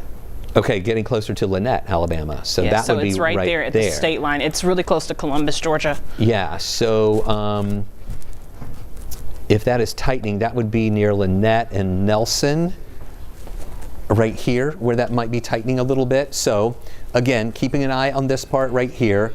There along 85, just over into the Georgia line. Here's Kia Parkway right here. You know the big Kia plant when you're driving down through Troup County, about to move into Alabama. So that is the area that we are watching for that potential rotation. That again, if it holds together, we may see a tornado warning. So guys in the control room, just be aware. I don't know if you want to give the hub a heads up that maybe if this crosses over the state line, we're going to have to go back on 11Alive. So yeah, now Peachtree City is saying that they're watching this storm. Okay, so our National Weather Service in Peachtree City is watching this storm over into Alabama to see how it is developing, and they will decide if they are going to issue a new warning there. So in the control room, we will head back on air on 11Alive if that warning is triggered for Troup County, and we will continue our coverage there. I want to look at Shear again to see if we see anything there. So I just see, okay, now this isn't anything major here. A little bit of blue showing up right there. Okay, there's a little bit more that's showing up with that potential rotation. Now Lynette is right up here, right at the Georgia line. So again, watching just in this whole area, Casita over toward Langdale and near Lynette, not too far off from West Point, Georgia, that potential rotation that we are watching right now. And on velocity, it doesn't look that impressive, but remember, this is far away from the radar site. It may be this part right here. That's interesting little signature, and then this back here is also a signature that we're watching. This would line up more with that rotation that was showing up on our rotation tracker there. So a lot to watch there as these storms may be crossing over the line from Alabama into Troup County, maybe into LaGrange. So our Weather Service office in Peachtree City keeping an eye on that back into Alabama, and will determine whether or not they need to move that watch over into Georgia to include parts of Troup County. So that's the next thing that we're watching here. Back up toward the Atlanta area and West Georgia, it is still rainy. Heavy rain, a lot of lightning, still some wind there, but we have no severe thunderstorm warnings. The only warning we really have west of the city is that flash flood warning. That is the green polygon that you see right here. So that flash flood warning in effect there with some heavy rain that's been coming through. Danielle's keeping an eye on that warning. I know that I'm not focusing on that right now in Alabama. She'll let us know. I want to show you here the rain totals and why we have that flash flood warning over to the west. And these are going to be some updated totals here. That one right along I-20 there in parts of Haralson County, 4.1 inches of rain. These are Doppler radar estimates, not confirmations, but these are Doppler radar estimates. The northern part of Haralson County, 3.5 inches of rain potentially falling there. Also up into Polk County, we have some spots with almost 3 inches, 3.5 south of the Cedartown area. South of Dallas, 1.7.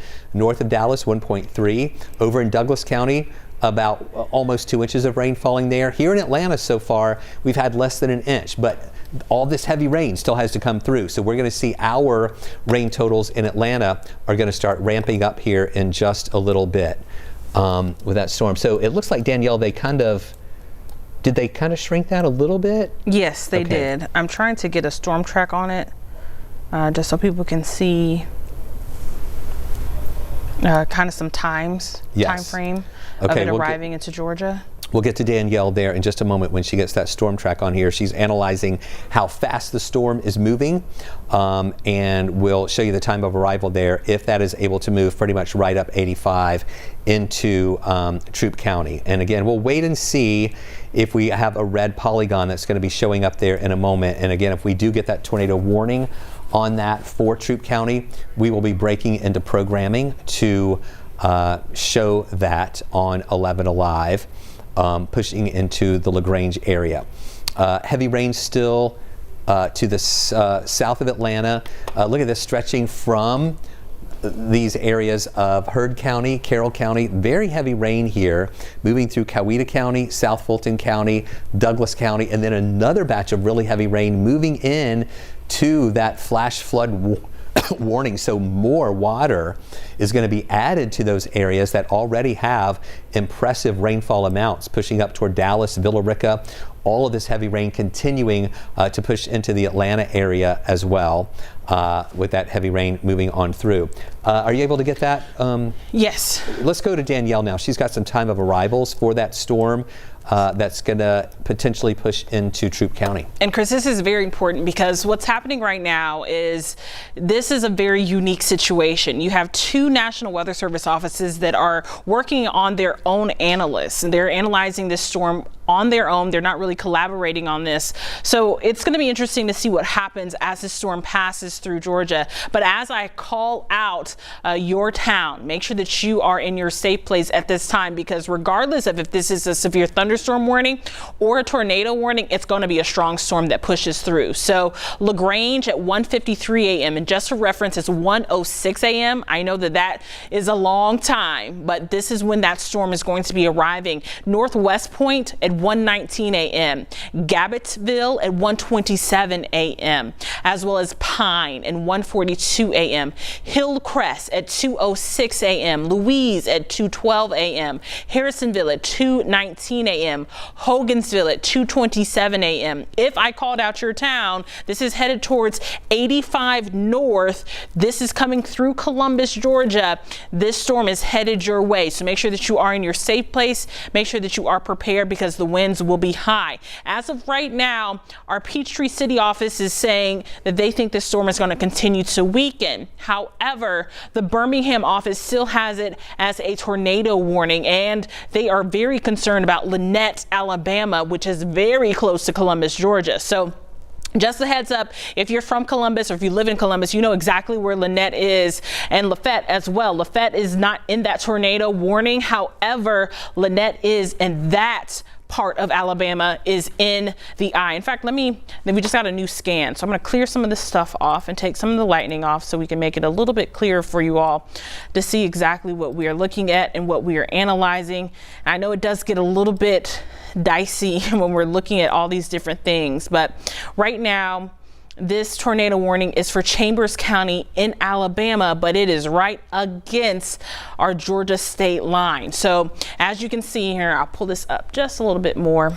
The tornado warning goes into 12:30 a.m. and that's Central Time. So that's 1:30 a.m. our time. So right now it's 1:08. That's about in 30 minutes or so. We'll see if this expires or if we see a severe thunderstorm warning issued out in front. As of right now, we're not seeing any velocity in that area, which is good. However, if we put on our shear marker, and I know that's very small, there is a little bit of rotation there, very weak rotation. And once again, this is in Alabama, so you're probably thinking, I have no idea where Liberty Crossroads is, and that's because it is in Alabama, but this storm does show some weak rotation in it. So I wouldn't be surprised if we see a severe thunderstorm warning, maybe with a tornado possible. As of right now, Birmingham just recently said that they think the circulation is weakening in the Chambers storm. So we talked about this earlier. What happens is sometimes you have these storms and they're very strong, and then within the next 2 to 3 scans of the radar, we start to see things weakening, and then it recycles and it gets stronger, and then it weakens.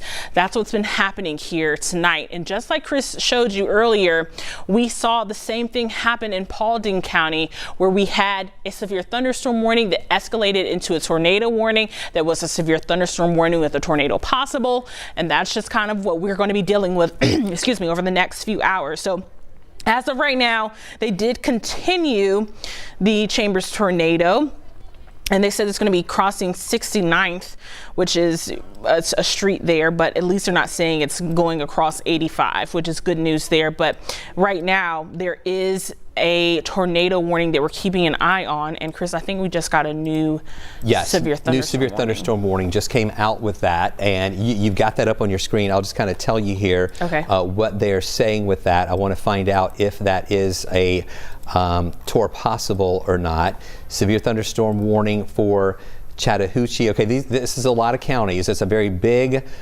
severe thunderstorm warning that includes northwestern Marion, Meriwether County in west central Georgia, Muskogee County, that is near Columbus, Chattahoochee County in west central, Troup County in west central, Talbot County in west central, and Harris County. The two counties, really, Meriwether and Troup County, are the ones that are in our viewing area. This is a severe thunderstorms located along a line extending from Southern Harbor to near Griffin Mill, moving northeast at 60 miles an hour. Radar indicated strong winds there. Possible tornadoes are possible with it. So they again are seeing that rotation that the National Weather Service office in Birmingham was watching, but It is not enough rotation. As Birmingham was saying, it was weakening. Our weather office is noticing that's weakening too. But again, it could ramp back up at any time. And that's why they are going with a severe thunderstorm warning right now with those storms that are coming out of Alabama, moving into LaGrange, moving into Columbus, moving into Langdale. That would move over toward Waverly Hall in just a little bit. So it's this part right here. Here's Thomaston, there's Zebulon, you're not in it. Pike and Lamar County, you're not in it. Upson County is not in it, but it is this area of Troup County and also Meriwether County. And then all these counties south of that are in the Columbus viewing area. But you see there that it is a severe thunderstorm warning.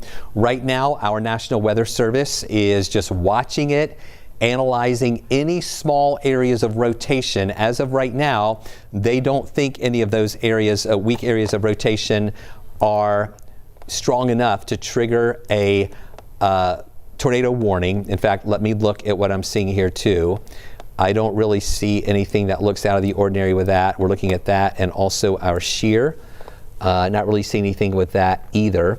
But at any time, we could see rotation developing along that area. So as of right now, numerous counties south and west of us are in a severe thunderstorm warning, as those strongest part of the storms now that were moving through Auburn, Alabama, are now crossing over the state line here, 85 south, as you get into LaGrange. So we're about to have some really heavy rain coming through LaGrange, and then south of that in Harris County, there's Muskogee County, that's Columbus right here, and then north of that, really heavy rain coming out of Alabama, moving into West Georgia, and that heavy rain is prompting a flash flood warning for numerous counties west of us. It's going to be interesting to see if that flash flood warning is extended to include this area here for Coweta County, possibly moving into Douglas, Fulton. What's happening is we're seeing this heavy rain now coming in over those same areas where heavy rain has already fallen.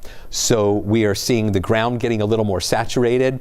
We are seeing the heavy rain come down. We're seeing still that wind. We're seeing low-lying areas and flood-prone areas collecting some water there too. So very active still, even though we don't have any tornado warnings or any severe thunderstorm warnings in the metro area, but we do have that severe thunderstorm warning that is to the south of us. I want to give you a tour of some of our tower cams right now. I'm going to start off first with this one. You'll be able to see that behind me here. This is in Noonan and Coweta County. Now we do have rain, we do have some wind that is falling there, but we're going to see some rain getting a little bit heavier there in Noonan in just a little bit. Here is another one. This is in Blue Ridge up in North Georgia. Yes, it's very dark, but you can see here all of the raindrops on the lens of this camera. The wind is also blowing kind of blowing those little drops around, kind of diffusing some of that light out there.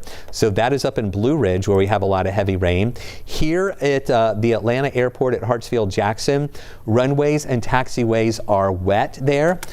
We still have some wind that is coming down right now in the area of Hartsfield-Jackson, but not anything too bad. I'm not seeing a lot of planes on the taxiways or landing. There's that lightning too.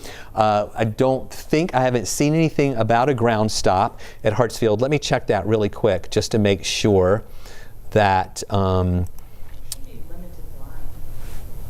there's probably limited flying here at this time of the night. Just a few red eyes maybe. Yeah, and I'm not seeing here. Danielle knows all about how that works at night, as she is a former flight attendant and has some great aviation knowledge here. But yeah, it's just some limited flights probably, and so it's just not an active time. There is a heads up though. If people are landing, like say there was a flight delayed that's landing into Hartsfield-Jackson, they're not going to be able to get those bags off of those planes while the lightning is happening. Yes, that is right. That is right. Yeah, so you may have to wait a while. Right. So even though there's no delays leaving, people could be delayed trying to get out of the airport. That is good to know. All right, good insight there. So that is Hartsfield-Jackson. Let me show you, and I don't know if you're hearing that thunder that's here at the top of our, that we can hear through our building. And this is in Rome. Rome has been dealing with a lot of rain through the evening hours tonight. You know, it started in Rome first. It's been really heavy. We had strong wind in Rome too. Still have rain in Rome right now, but the wind is starting to die down a little bit, and we're going to see the improving weather coming into Rome and in West Georgia first, and then that will eventually make it into Atlanta, really the West Metro counties first, and then eventually into Atlanta in just a little while with that wind that'll start calming down and that rain that will also start calming down too. Danielle, I think that when I'm about to look at the severe threat. Okay, so I'm surprised they haven't updated this yet. No, they have not. So they're going to be changing the day one is actually going to turn into the next day here soon. So we still have that level 4 risk over on the west side. But again, we're seeing these conditions improving for our area tonight with those storms to the west, still heavy, still strong, just not as strong as they were back into Alabama. Yes, we did have some tornado warnings, but we don't have any tornado warnings right now. No warnings in the metro area except for the flash flood warnings there on the west side. We don't have any severe thunderstorm warnings here, but the severe thunderstorm warning is well down to the south in this area right here toward LaGrange, where we also have Troup County and Meriwether County in this severe thunderstorm warning. We still have that tornado warning that should be expiring here really soon. Yes, it should. Because really the area of rotation has already moved out of where that warning is. So that should either be canceled or it's going to expire soon. But this is the main part of that now, moving through LaGrange with a really heavy rain, strong winds with it too, up to around 60-mile-an-hour winds at least with that, moving back into Harris County. That's all going to be pushing into Meriwether County. So Meriwether County, you're going to be next in line. All right, that tornado warning did just go away. So I do believe they just canceled that instead of it expiring here. So we'll keep an eye on that, and our National Weather Service is keeping an eye on that in Troup County to see whether or not any additional rotation may develop with that, and if we do need to trigger a severe thunderstorm warning here. But just look at this really heavy rain right now. Really a big part of Troup County is getting hit hard with this heavy rain, from Hillcrest over toward Abbotsford, LaGrange, down toward West Point, Georgia, getting closer to Pine Mountain, just some lighter rain there. This part of this, just north of Pine Mountain, is crossing over the county line into Meriwether. So here's Greenville, Woodbury, Manchester, there's Gay, Georgia. So all of this is about to push over into parts of Meriwether County. And then we have this in the northern parts of Troup, extending up into parts of Heard County. Heavy rain in Hillcrest. That's about to move into Hogansville. A lot of this crossing over 85 near the Hogansville area. We're going to see that really heavy rain coming there in a little bit. Also, this at Heard County at Central Hatchie. Very heavy rain in western parts of Coweta. Also southern Carroll County. So a lot of that is going to be moving into the Noonan area and along 85. It may be interesting, Danielle, if we look at some of those, when this comes in on 85 in Coweta, or if we see along, I don't know if we have any traffic cameras down around LaGrange where we could actually see maybe on some of those traffic cameras down there just how heavy it is and that, what kind of issues that may be causing. I know it may be hard to see in the dark, but Danielle's going to check on those cameras, especially those in LaGrange, if they have any cameras down there, because that's where the heaviest rain is. But then that heavy rain in western parts of Coweta County is going to be crossing the line, or crossing over 85 in just a little bit. So we'll need to keep an eye on that, the heavy rain moving through. So again, not as crazy as it was earlier, but we're still not finished with this heavy rain and strong winds that are moving through. And the real danger that we have right now is the fact that we still have a lot of heavy rain moving in, and that heavy rain is moving into some spots that have already seen heavy rain and where we already have a flash flood warning, and now more water, more heavy rain is being added on top of that. So that's the part that is the main threat right now, will be those areas of heavy rain. We're not seeing any new rotation. We're keeping an eye on these on the south side. near LaGrange, where we have the heavy rain that's moving right over 85, and 185 there pushing into Meriwether County. That's the heavy rain. That part right here did have a history of some rotation when it was back here over the line into Alabama between Auburn and Lafayette and near Waverly. We had some rotation there that was moving near Lynette and near Casita over into Alabama. So that is the heavy part of the storm now that is moving into West Georgia from LaGrange down toward Langdale, and then these heavy showers north of LaGrange. These aren't prompting a severe thunderstorm warning, but these are right here. That's going to keep pushing over into Greenville and into Meriwether County. So our National Weather Service office, let me look here while Danielle is checking on those traffic cams. What I want to see here is what our National Weather Service office is saying right now about any of those storms there on the south side, if we have any new information with those right now. Let's see here. I'm going down to see what.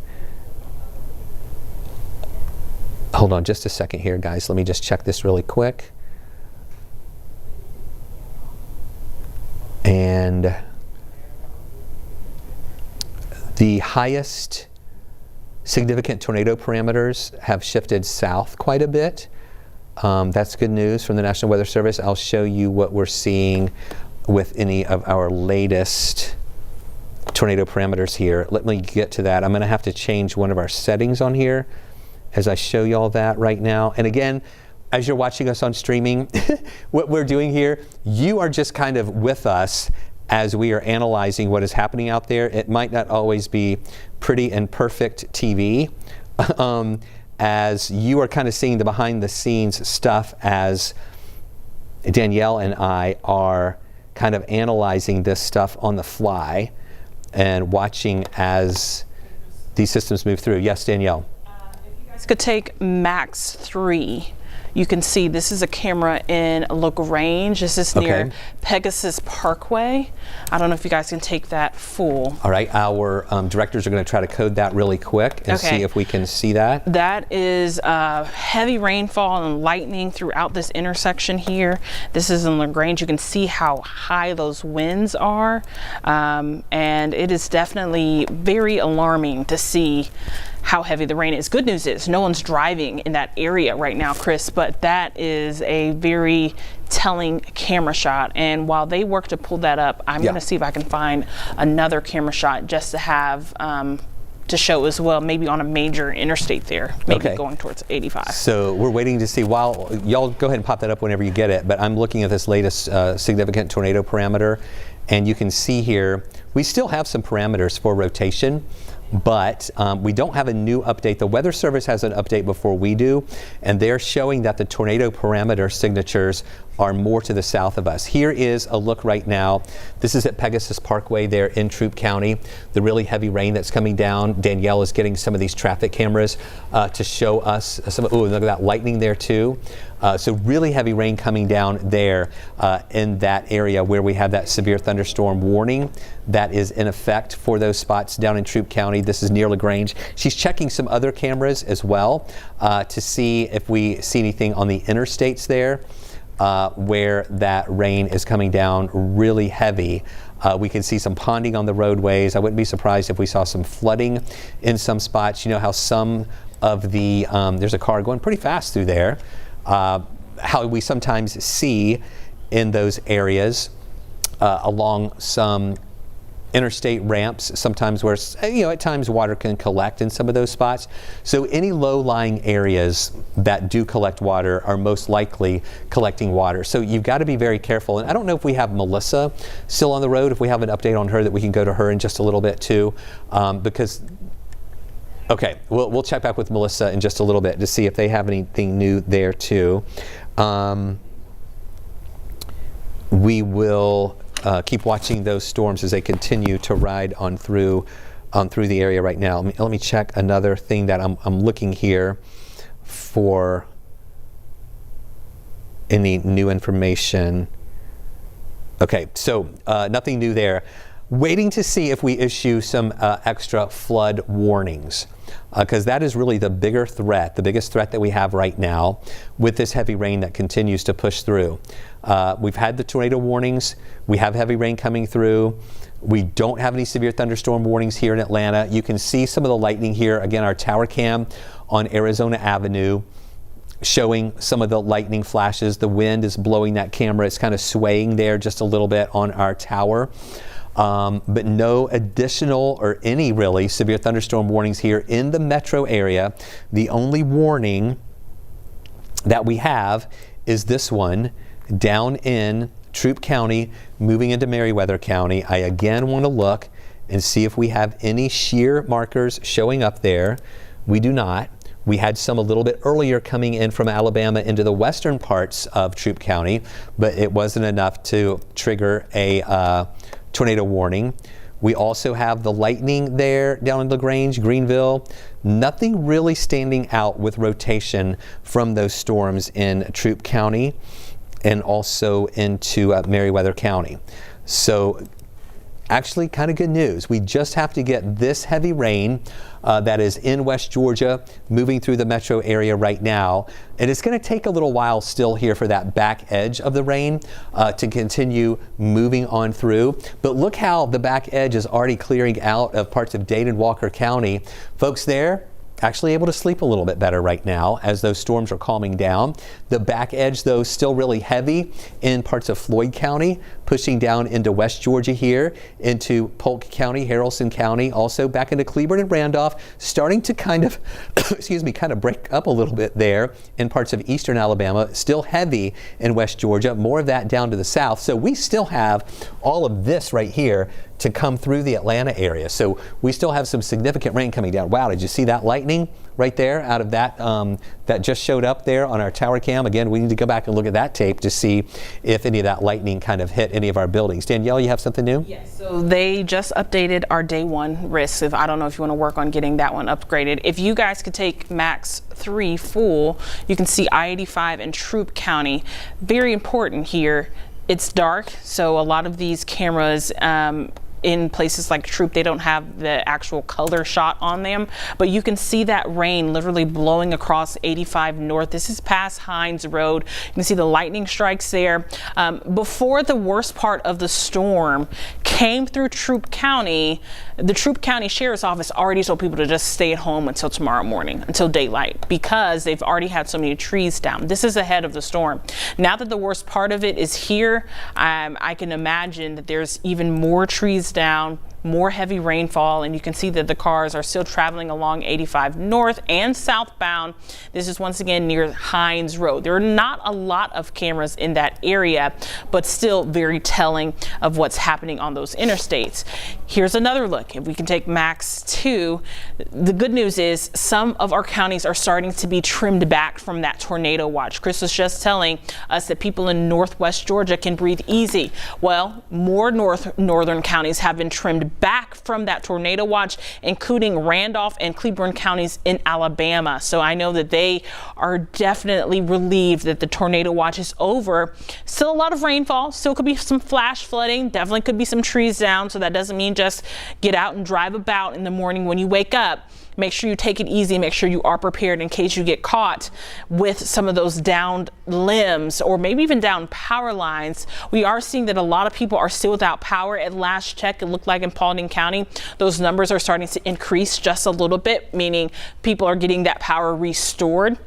But as you take a look at our live radar right now, we're definitely seeing a large area of rain continuing to fall over the same area. So I would not be surprised if some of these flash flood warnings are actually extended or cover a larger area than what they do right now. As of right now, they are smaller in nature. In fact, if we turn on the velocity, it kind of gives us a little bit of a better look of what we're looking at right now with all of our warnings. Danielle, while you're there at Velocity, go over toward Bremen there in West Georgia. Just an interesting little thing that we're looking at. Right. Let's see here. That was actually looking. So this is Velocity that you have up on yours. Yeah, it was looking. So look at shear as well if you have that on your computer there near Bremen. There's just a little yes. bit, of stuff right there that we're just kind of keeping an eye on there. Again, not looking like that's anything too impressive. But again, what's happening is Danielle and I are just kind of watching these areas that could become any type of rotation. And that's really the only thing that we're seeing out there right now. And again, even that doesn't look that impressive either. And even there, that's right near Temple, where we saw some of those trees down earlier when Melissa first got into our weather impact tracker earlier this evening. So this area definitely has already seen some very high winds and maybe even some weak rotation. And it looks like we're still seeing some of that rotation in there as well. Yeah, it's just a really interesting feature there. Yes. So that's the latest thing that we're keeping an eye on. I looked at correlation coefficient, and I'm not sure if that is all. That looks interesting. That looks very interesting. But I'm not sure if that's all real or. But it kind of lines up with that interesting feature that we have. So right. I would like to see that for another scan. Yeah, that's what I want to wait and see too, right. As that comes in to see what happens with that. So for right now, if you're watching us on streaming, we're keeping an eye on that system that is back near Bremen along I-20. Just an interesting feature there. A little bit of hook that we're watching that is showing up on velocity. When we look at our shear, that is also showing up near Bremen and Temple. Let me look at the shear tracks and see. Right there. Yeah. And that just increased it just a little bit. Yeah. So that is the next thing that we're keeping an eye on. If there's any rotation coming out of that, the velocity, not really. I mean, maybe that little part right there near Bremen kind of lines up, but that's not really. But it's that debris finder that, again, we want to wait to see another scan coming in as to whether or not that is anything that we need to be alarmed with right now. So watching that over to the west to see if, I don't know that that's going to be anything that would trigger a new warning, but if so, we'll be on top of it. We'll break into programming there on 11Alive if that in fact is the case. And really this back edge of the line is what is right ahead of the front. All of this that we've had leading up to now has been ahead of that front, and this that we have right now is still ahead of that front too, but we're seeing the back edge of that, and maybe that area right here that we're seeing is giving a little bit of additional lift to some of those storms there on the west side. I want to show you again our Rome tower cam because we're about to see some good heavy rain move through there. Let me remember which one I had this on. So there is Blue Ridge. Here's the Rome tower cam. Still getting heavy rain there in Rome. And they're about to get another batch of really heavy rain coming into that area right now. And the strong winds too. So here is that area that we're watching. I just showed you the tower cam there in Rome. But here is that next batch. So what I'm just showing you here, this is the last really heavy rain coming through Rome right now, stretching from Armurci there, that northern bit of Floyd right there that goes up, and then here's Rome. We just showed you the really heavy rain there, but Rome is about to get a break. Once they get through this, and that continues to push on over to the east, they will be getting a break in the rain, and it'll be over for them. And then that continues pushing over toward the east. Here in Gordon County, Calhoun, lighter rain, still waiting for this to go through. Once that goes through Calhoun and Gordon County, it'll be over for them. You can go to bed and feel better about it. And so that back edge moving down towards Cedartown and over into Cleburne County, Alabama. Still this really heavy rain though, that is in those spots there from Polk County and Haralson County moving into Paulding County. Really heavy rain coming down in Bartow County. That's moving into Cherokee. More heavy rain in Cobb County down toward Douglas. So that's the last part that we really have to watch for. And then again, still this severe thunderstorm warning on the south side that does include Troup County and Meriwether County. This heavy rain crossing over 85 around LaGrange there on 185 as well. moving toward Concord there in Pike County, getting closer to Thomaston. So it'll be interesting to see if our National Weather Service is going to extend that severe thunderstorm warning potentially into Pike County, Upson County, maybe Lamar County. Would that extend into parts of Spalding County? That's what we're going to wait and see. And then also, Danielle and I are watching that up near Bremen, where we had just that interesting little notch that we were watching there in the Bremen area to see if that is any type of rotation that we need to be concerned with. I pulled up a traffic camera in that area. It's on Max 3 if you guys want to show it, but it's not very impressive. Okay, and, you know, this right around Temple, that debris finder. Yeah. Looking interesting, but again, we have sometimes on the debris finder some interesting things that show up there. That's in Harrelson there. Here is Harrelson. Yeah, that is a view right there. You see kind of those waves of rain coming through. Watch there on the street as you see the wind blowing those waves of rain pushing through there. So really heavy rain, but we don't see any lightning or anything, and it's that wind that is driving those waves of rain pushing through. You can see those cars going through that intersection there. It is what, 1:30 at night. What are all those people doing out on the road there in Harrelson? It's a party in Harrelson. Exactly. So heavy rain is the main thing that is moving through right now, and we're just getting this rain, that back edge. If we can just get that to move a little faster, get out of West Georgia, move over into the Atlanta area and clear out of here, we will be better for the rest of the nighttime hours. Now, if you are trying to figure out if it is safe to go to sleep, we are encouraged that we haven't had any warnings in the metro area for a while. But again, I want to keep an eye on that over in West Georgia, over near Bremen. That was looking a little interesting on radar. Our National Weather Service is keeping an eye on it too, but right now it doesn't look like it's enough to trigger a tornado warning or anything over there, or maybe not even a severe thunderstorm warning either. So just heavy rain coming through Atlanta right now on the south side. It is a little heavy. There's a lot more lightning. So I'm going to, wow, that is a lot more. Let me show you. I'm going to do a lightning count just in that severe thunderstorm warning area. We've got about 362 lightning strikes from south of Columbus through Hamilton to LaGrange up into southern areas of Heard County and southern spots in Coweta counties. 362 lightning strikes. That's a pretty good bit just in that small box. That's going to keep moving over to the east toward Thomaston, toward Pike and Lamar County, maybe into Spalding County too. So some intense lightning with those storms riding through that area. We will also watch there that heavy rain that's coming out of Alabama, moving through, getting closer to those spots as well. And that will keep moving through quickly.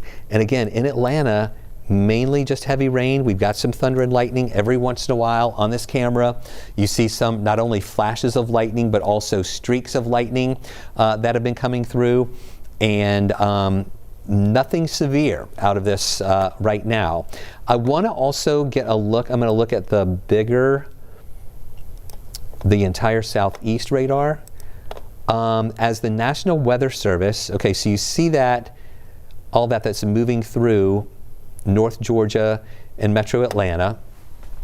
And then here's that heavy rain right inside of that severe thunderstorm warning right here. Okay, that's going to keep moving over to the east. We still have impressive rain pushing back through Alabama. I want to take a look at the Florida Panhandle right now toward Panama City.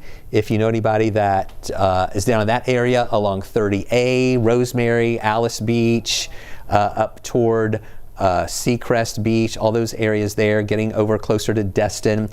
We've got some rain and storms moving through. We'll keep an eye out of those coming out of the Gulf, but still, they have a tornado watch in effect in the Florida Panhandle into South Alabama, into West Georgia. But as Danielle showed us a little bit earlier, many spots in far North Georgia have been taken out of that tornado watch. Here's a look right here with those that area that we're watching here.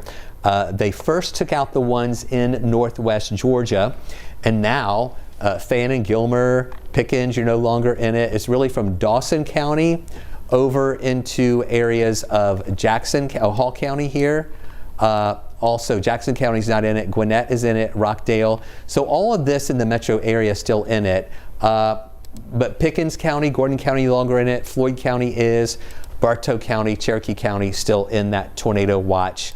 That's going to be in effect until 4 o'clock. And I expect as that line of storms continues through West Georgia, once that starts moving away, they'll begin to take some of these counties out. Cleburne and Randolph County, you're no longer in the tornado watch. I expect they would take out Floyd in a little while, Haralson, also into actually Polk and Haralson County, and then maybe down here some of these counties south of I-20 will be taken out a little bit better. So the whole story is as those storms continue moving from west to the east and as they clear through West Georgia, they will eventually start clearing out and we will see improving weather through the nighttime hours. Hey, we Chris, just have to get through these storms now. Yeah, Danielle. A little bit north of Temple, where we were looking at, this is west of Dallas near Yorkville. Yes. If you put on your storm rotation, it looks kind of interesting there. I know. I mean, that whole, even just looking at this in reflectivity, so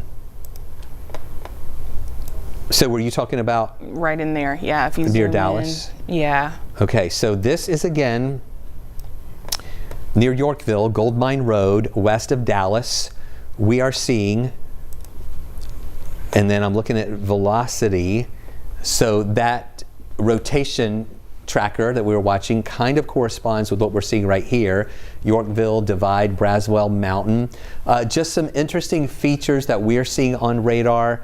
Doppler radar. National Weather Service is also, I'm sure, diving into what they are seeing over there too, to determine whether or not they have any type of rotation developing out of that.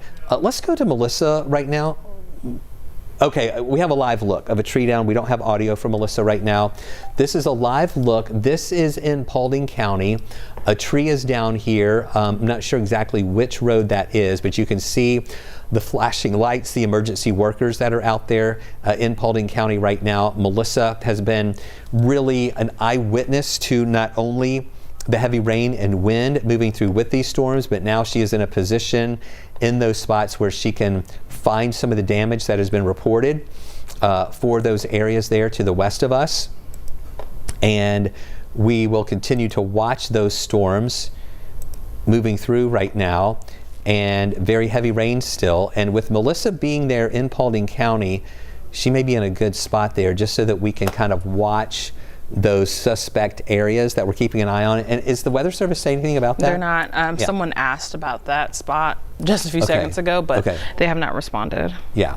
So again, Danielle and I watching that interesting little thing, a little, I guess, little notch that we're seeing on radar, and our shear is indicating the potential for maybe a little bit of rotation there too, just to the west of Dallas. And that's, you see some purples in there near Hanlon, Gold Mine Road. And that debris finder, it's still interesting.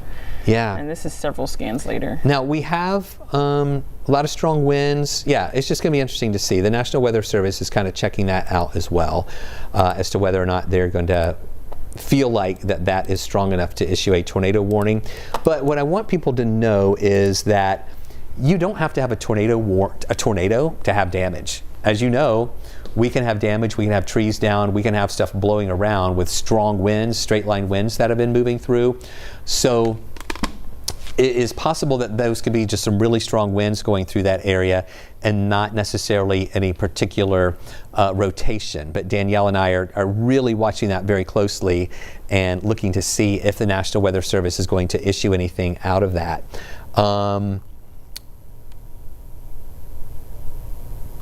Okay, waiting to see if we have any kind of answers on that right now.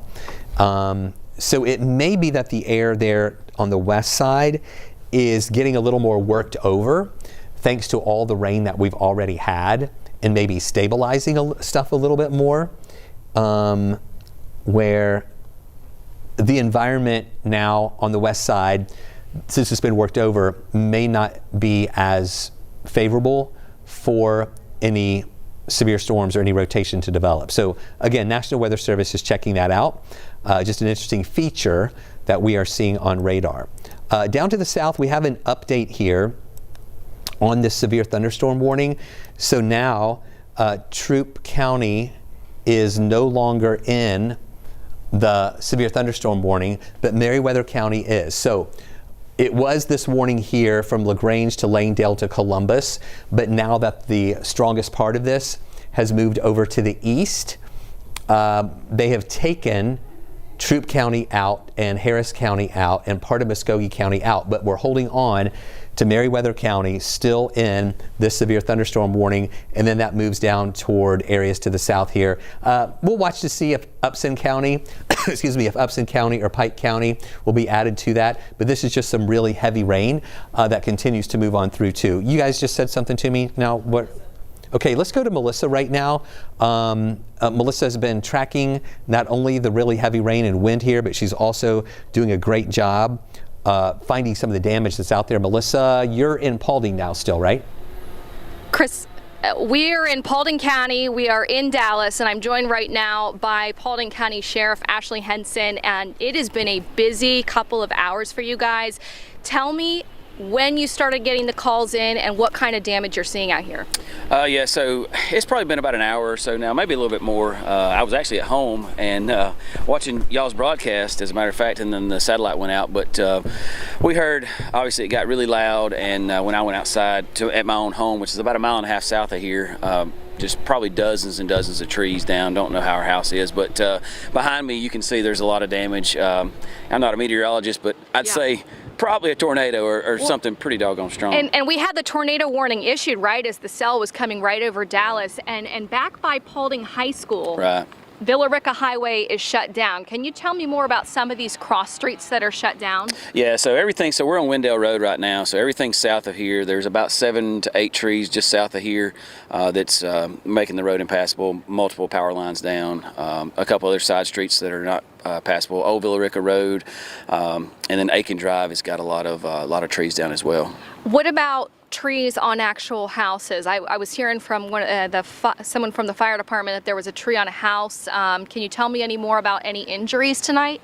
Thus far, I haven't heard of anybody. We checked between fire and the sheriff's office. We checked the residences just south of Wendell Road on either side of Georgia 61 and have not found anybody that is injured. Just behind us on Wendell, there's a tree that came down just right beside a house, a massive tree. But I have not heard of any trees on houses, but we do have a lot of trees down and a lot of just power line damage for sure right now. What about the big shopping center up here where the Kroger is? I was hearing there was damage there. Have you put your eyes on that? I have not made it over there yet. It's tricky trying to get over there right now because it's just there's so many trees down. So what do you recommend people who are here either in Paulding County or surrounding county, if they don't have damage at their house, what do they need to know about staying away from here? Well, first and foremost, we don't need sightseers. We need people to stay out of the area. We've already had several that are just riding around because I guess they have nothing better to do at 1:30 in the morning. But they need to stay home, stay out of the ways, let first responders do their job. And, if you come to any down power lines, please don't touch them. We don't know if they're, electrified or not, so please don't touch them. We don't need another emergency to have to deal with. But we're just asking folks to please stay home. And if, you don't have any damages or anything, just stay out of the area. And behind us, we hear the sound of chainsaws. So can you tell me what's going on behind us? How it looks like a huge tree. Yeah. Is it just bringing down wires? Yeah, there's actually multiple trees, really large trees that are down just behind us. We've got, 7 or 8 of our inmates out cutting trees down or, trying to clear the roadway, and we're pulling the logs out of the road with our winches, waiting on DOT to get here with some heavier equipment. The trees that are just south of us, they're too big to manipulate with just manpower. So you think that stays closed until tomorrow morning at least? Yeah, it's gonna have to, I would think, because there's so many power lines that are intermingled with the trees. We don't want to get in there and risk somebody getting hurt. Were a lot of those trees brought down by the root or snapped in half? Both. We saw both. Root balls that were brought up and then just sheared in half, about halfway up. I had one at my house. It was probably 3 or 4 foot in diameter, and it broke it off just in mid-tree, like the strongest part of the trunk. So it was pretty bad. So there's damage south of here on Villa Rica Highway, right, and then damage to the north up by the Kroger. Have you heard of other spots that are hot spots of where there's damage? Yeah, so look, obviously it's hard to see right now, but if you were to go kind of southeast or southwest rather, it looks like it came straight through Aiken Drive down to Scoggins Road area. So that's where we're here, and there's a lot of damage up through that way, and then kind of north of 278 over towards the Kroger Shopping Center. Okay. I really appreciate your time. Any last advice for people out here and hunkering down? Yeah, just, tomorrow when the light comes, we're going to have to watch out for people that are, going to be out here trying to scam folks. So don't just give somebody money to come cut trees down. Make sure they're a reputable company. Make sure they're licensed and insured. Don't give them money before they do the job because we don't want folks getting scammed, and that's what's going to start happening tomorrow. All the tree cutters are going to come out of the woodwork, no pun intended. What about somebody who might have storm damage near their house, but it's not on their house for an emergency? What is there a number they should call for that, or just wait until morning? Yeah, I would just wait until morning. That way, obviously they'll have to call their insurance company to, rectify that with them. But the best thing to do, I think, is stay inside. I don't know what's coming next. If we've got another band coming through, it's kind of blowing pretty hard here. Picking up, yeah. So we just want to make sure they stay in the house. Don't get curious tonight. Let the light of day shine and before they go out. Thank you so much. Really appreciate it. Paulding County Sheriff Ashley Henson, and you can see behind me we're on Windale, right? Windale Road. One of the things I wanted to point out, so there was I don't know, JoJo, if you can see it, there's a mobile home right over there. It had some kind of sheet metal torn around it. Yeah. Do you know if anybody was in there when the storm came in? I see a flashlight in there right now, but I would assume so. I don't know. But I just saw a flashlight, so somebody's inside there. Okay. So I bet there's a lot of people who are still scared of the storms coming in. Oh, yeah. And some of that sheet metal, I think, ended up over here. Yeah, absolutely. And there's a trash can probably. Yeah. As well. And that's one of the interesting things with tornadoes is they loft debris in the air and they can toss them around. And that's why we always say, lowest level of your house away from the windows, because you don't want to be, if there's flying debris, in the path of it. Yeah. Yeah. Well, thank you so much. Yes, I'll let you get back to it. Thank you for talking to us today. Thank you so much. You guys be safe tonight as all the storms are coming in. Thank you. Sorry about your light. Oh, that's okay. So, Chris, we're out here. If you guys can still hear me, I'm not sure if I'm still on IFB or not. Hopefully I am. But we were trying to get our way over to the Kroger shopping center, and there were just so many roads closed that we couldn't make it there. And then we found this road where they were chopping.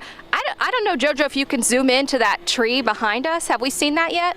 It is a massive tree back there, and he was saying they've actually got some of the inmates from the jail helping to cut some of these trees down to try to clear some of the smaller roadways. But Villa Rica Highway was just in such bad shape that the road's going to stay closed for the whole night. I'm trying to look off in the distance to see if I see other damage. I see trash cans blowed over.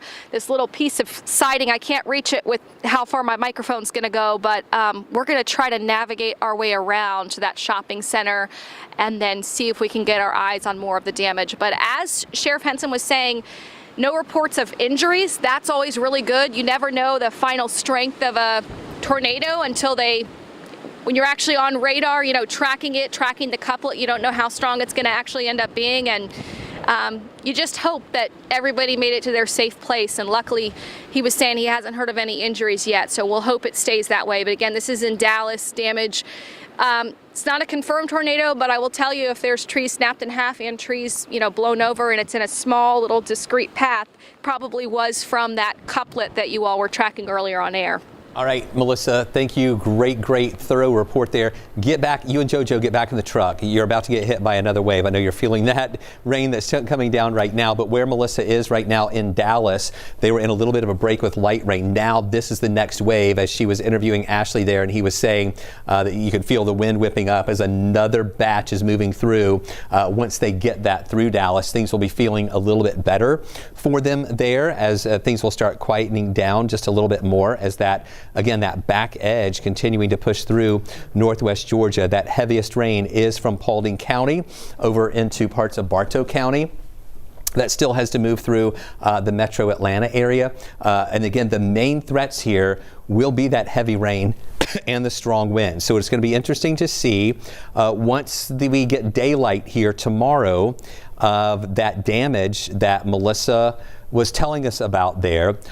There was a tornado warning with that a little bit earlier, and as to whether or not we are going to see a confirmation of a tornado, and in the light of day, seeing the extent of that damage. He was talking about the really large trees that came down there with those storms moving through.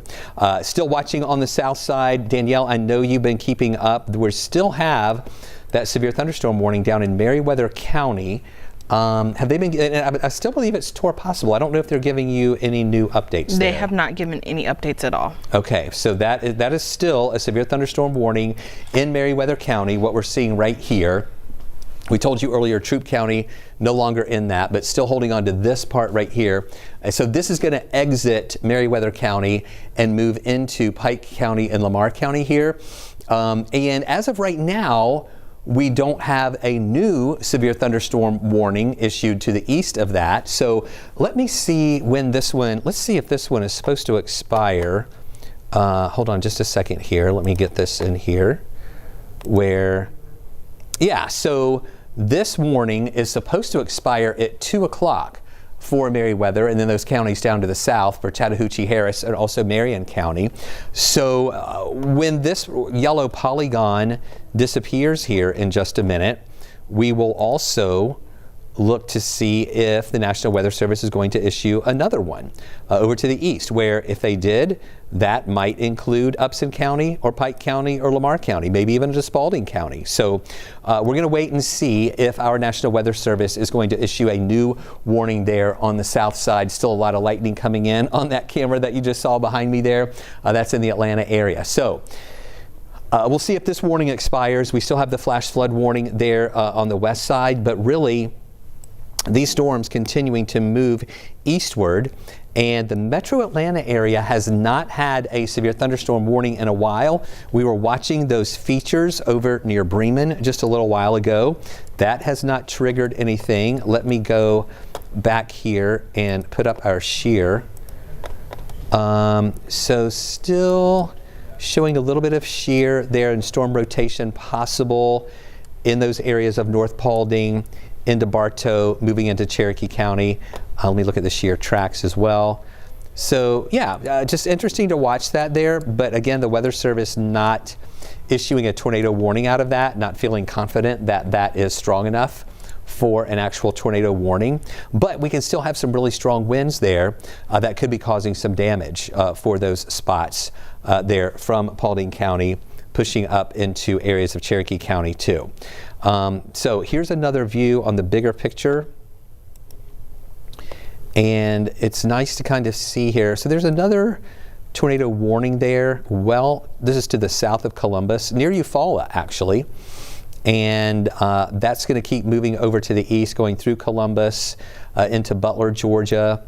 So really the worst of it, and also we saw in our last model update of our significant tornado parameter that the parameters for tornadoes is really more down in this area now. So that was a pretty big update that came in on that significant tornado parameter, kind of shifting those tornado parameters more down to the south and not seeing as much of the parameters up here in North Georgia or Metro Atlanta. We still have that tornado watch that's in effect until 4 o'clock in the morning.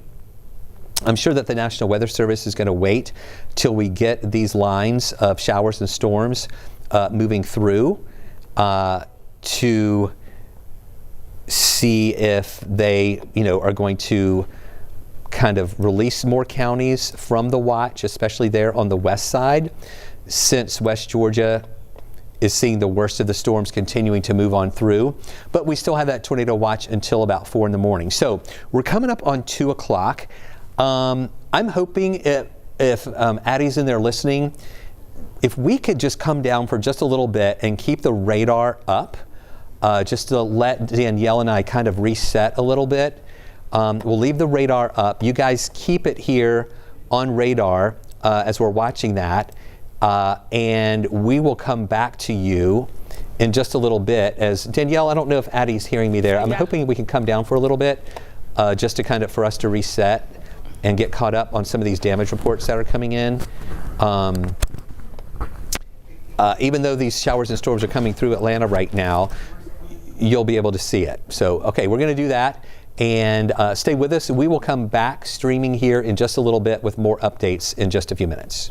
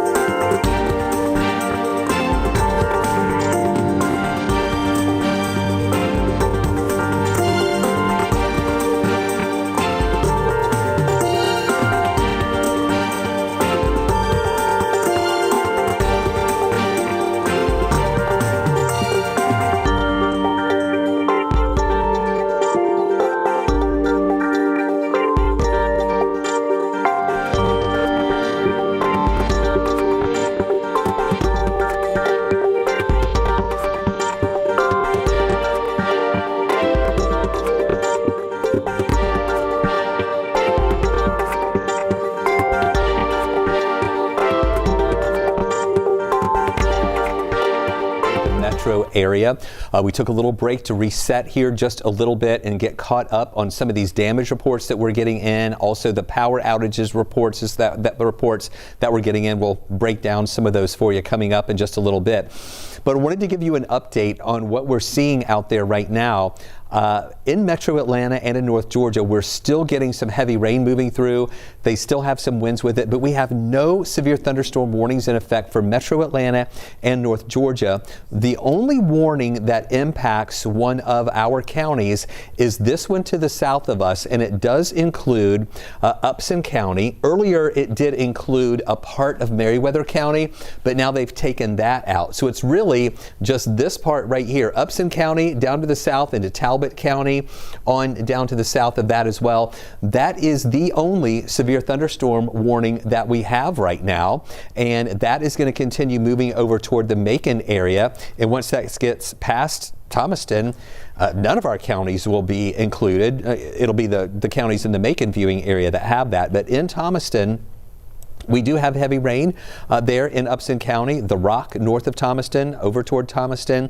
And then some of this heavy rain extends up into Barnesville in Lamar County, but we don't have a warning there. Additional heavy rain in Spalding County there around Griffin, also moving through Henry County and on the east side of Atlanta. And even though we have that bit of rain that continues moving away, then we still have this here west of Atlanta, especially this in Cobb County. This is pretty heavy rain now in Cobb County. That also extends up into Cherokee County at 575. That goes up into Pickens County, up around Tate, still with some of that heavy rain around too. I want to put this into motion. You can kind of see how all that is working. And the good news is a lot of these West Georgia counties are now done with the rain. They're done with the storms. Now, it's still going to be breezy there for a while, but really Dade, Walker County, Floyd County, Chattooga County, areas of, as I mentioned, Floyd County, Polk, Haralson, into parts of Carroll County. That rain has already moved out of there, clearing out right now in parts of Bartow County as well and into Gordon County. Also a little bit of Paulding County clearing out. Still, we have these pockets of heavy rain in Metro Atlanta. A lot of that rain in North Georgia as well as in Northeast Georgia. And then it's a little heavier here to the south where we still have enough instability for us to have that one severe thunderstorm warning that is in Upson County right now. And I want to take you down there again a little bit closer so you can see this.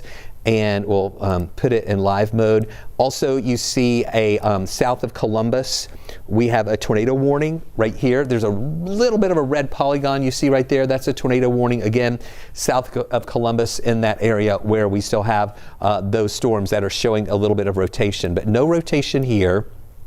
Things are actually looking a little bit quieter. I want to put the lightning up so you can see still some lightning with these storms over to the east and also to the north of us. Now, another new development since we last were talking is the National Weather Service and the Storm Prediction Center have taken a lot of the counties out of the tornado watch. Now, this might be a little misleading because we actually have two tornado watches. We put the expiration time on the newest watch that's mainly for East Georgia, really from Athens to Macon over toward Augusta. That's the part that is supposed to expire at 10. I am going to be really surprised if this watch lasts all the way till 10 o'clock in the morning because these storms are going to be gone well before then. This part of the watch, let's say from Gwinnett County to DeKalb, over toward Rockdale, these counties right here, this strip, this is still supposed to expire at 4 o'clock in the morning. So the metro area will be out of that tornado watch by 4 o'clock in the morning, if not before that. But then the new tornado watch until 10 o'clock is 4 counties to the east of that over toward Augusta. But again, I will be really surprised if that watch goes all the way till 10 o'clock in the morning because I think the storms are going to be well out of here by then. We had a live report from Melissa a little bit earlier in Paulding County. That seems to be the area where we are seeing the most of the damage right now. She's going to be joining us in just a little while and giving us a report on what she is seeing. She has been sending back some pictures. We have reports of a gas station, the awning that is flipped over. So we'll have more from her coming up in just a little bit. But based on what we're seeing right now, we did have that tornado warning in Paulding County near Dallas. That is where we're seeing most of that damage right now. Here's the updated outlook for the rest of the day on Sunday. Now, this outlook for Sunday, this is the day one outlook, really is from 7, 8 o'clock in the morning on. This still doesn't include the overnight hours that we're in right now. So we still have that threat around the metro Atlanta area between now and about 8 o'clock in the morning here. And then that shifts over to the east for the rest of the Sunday outlook. That level 1 and level 2 risk well to the east of us. So the whole thing is all that we've been waiting for and all that we have been talking about this week is through us now and passing through and ending for some spots already, as we're seeing that main bit that move through really between 9 o'clock in West Georgia, over 11 to about 2 o'clock to 3 o'clock here in the metro area. We're just watching this last bit that is going to be moving through our area right now with those pockets of heavy rain and still some wind out there with it too. But this is now just good rain moving through. The other thing that you may notice there, remember we were talking about the flash flood warning with some of those significant rainfall amounts over to the east of us, or over to the west of us? That's gone now too. The National Weather Service has canceled that. Let me tell you what it says here with the cancellation of that flood warning. So it was in effect earlier, but it's canceled now for northwestern Cobb, northwestern Douglas, southern Bartow, central Carroll, southeastern Floyd, Haralson, Paulding, and Polk counties. The heavy rain has ended in those areas. Flooding is no longer expected to pose a threat, but continue to be cautious though outdoors and driving around in those areas. So really, Melissa's ready? Okay, cool. I'll get her in just a second. So really, things are improving as far as the weather is concerned. We still have some bands of heavy rain moving through. We still have some wind left behind, but the only warning we have right now is the one south of us in Upson County, and even the flash flood warning has been canceled. No additional warning. So we just have to get this last little bit of rain out of here, and you'll be able to sleep a little bit better here for the rest of the nighttime hours. Now, in Paulding County, even though the weather is going to be moving out of there soon, folks may not be able to sleep because they are dealing with some damage. Melissa Nord is there right now. Melissa has been on top of everything that we've been watching tonight. She punched through the strongest part of the storm over in West Georgia, and now she's been tracking down a lot of the damage there. Melissa, I know that you've been really busy, even getting the sheriff to give you an escort to get into some of these areas. Is that right? Yeah. And that's the challenge, Chris, because there are so many trees and wires down that numerous roads are just completely blocked off. I mean, we had to take very long detours, and then by chance we ran into Sheriff Hansen, and he was nice enough to kind of escort us to a little bit of the damage, but we haven't had a chance to get to where I think some of the core of the damage is and where we were getting reports of trees on houses as well. Where I am right now, though, this is on the corner of Villa Rica Highway and Hay Renfro Road, or Hay Renfro Lane. It is north of Paulding County High School, and behind me you see, look at this damage. I mean, this is a gas station that actually just had a renovation recently, the sheriff was telling me, and the entire awning, this is sheet metal, so it's pretty light, but the wind came up underneath it and picked it up. So you notice behind me, the top of that gas station awning cover is actually laying on top of the building.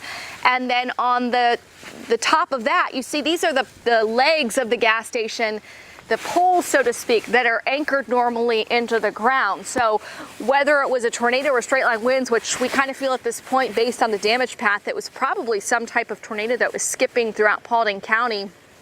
But it came in and the wind got underneath that thing and tore it off. And you can see a lot of these smaller little pieces. These are not really heavy pieces of metal, but they've been strewn throughout this parking lot.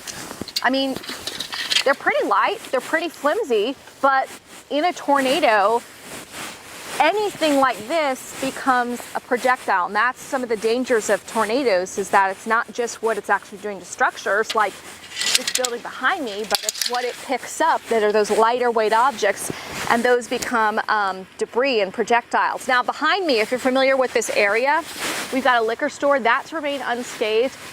The building over here, so the main hub where the gas station is, it doesn't appear that it sustained any structural damage, but behind where we're standing right now, as you travel further north along Villa Rica Highway, there's a big billboard, and it's kind of going to be hard to see because we don't have the right lighting, but it was, you know, you see billboards, they have signs up like this. It's now like that. So strong winds from a suspected tornado here. And this gas station awning flipped over sideways. If we were to keep driving north along Villa Rica Highway, Sheriff tells me there are 6 massive trees that are across the road. They pulled down all these power lines, and they're so big that they're going to have to get special equipment to be able to get those taken away and open the road back up, which is probably going to take until the morning. Earlier, we were about a half a mile northeast of here when I was interviewing him live on our 11Alive Plus stream, and behind us there were tons of trees that were uprooted, but there have also been some trees that are snapped. What I'm noticing around us though, Chris, is that we don't see all the trees touched by tree damage. So in straight line wind events, it's normally a little bit more widespread, but here it really is. It's kind of hit or miss, areas that got damage or didn't get damage. But where there is tree damage, we're talking about some trees snapped, some trees uprooted, and they're not just small trees, they're also really large trees as well. So where we haven't been able to get to yet is up north of here, up by the Kroger shopping center. That's where we're trying to get to eventually. We also have reports of about, I would say, over a dozen different reports of trees on houses. There was one injury reported. Sheriff checked on that. It's actually a scratch, a really minor scratch, so not a serious injury.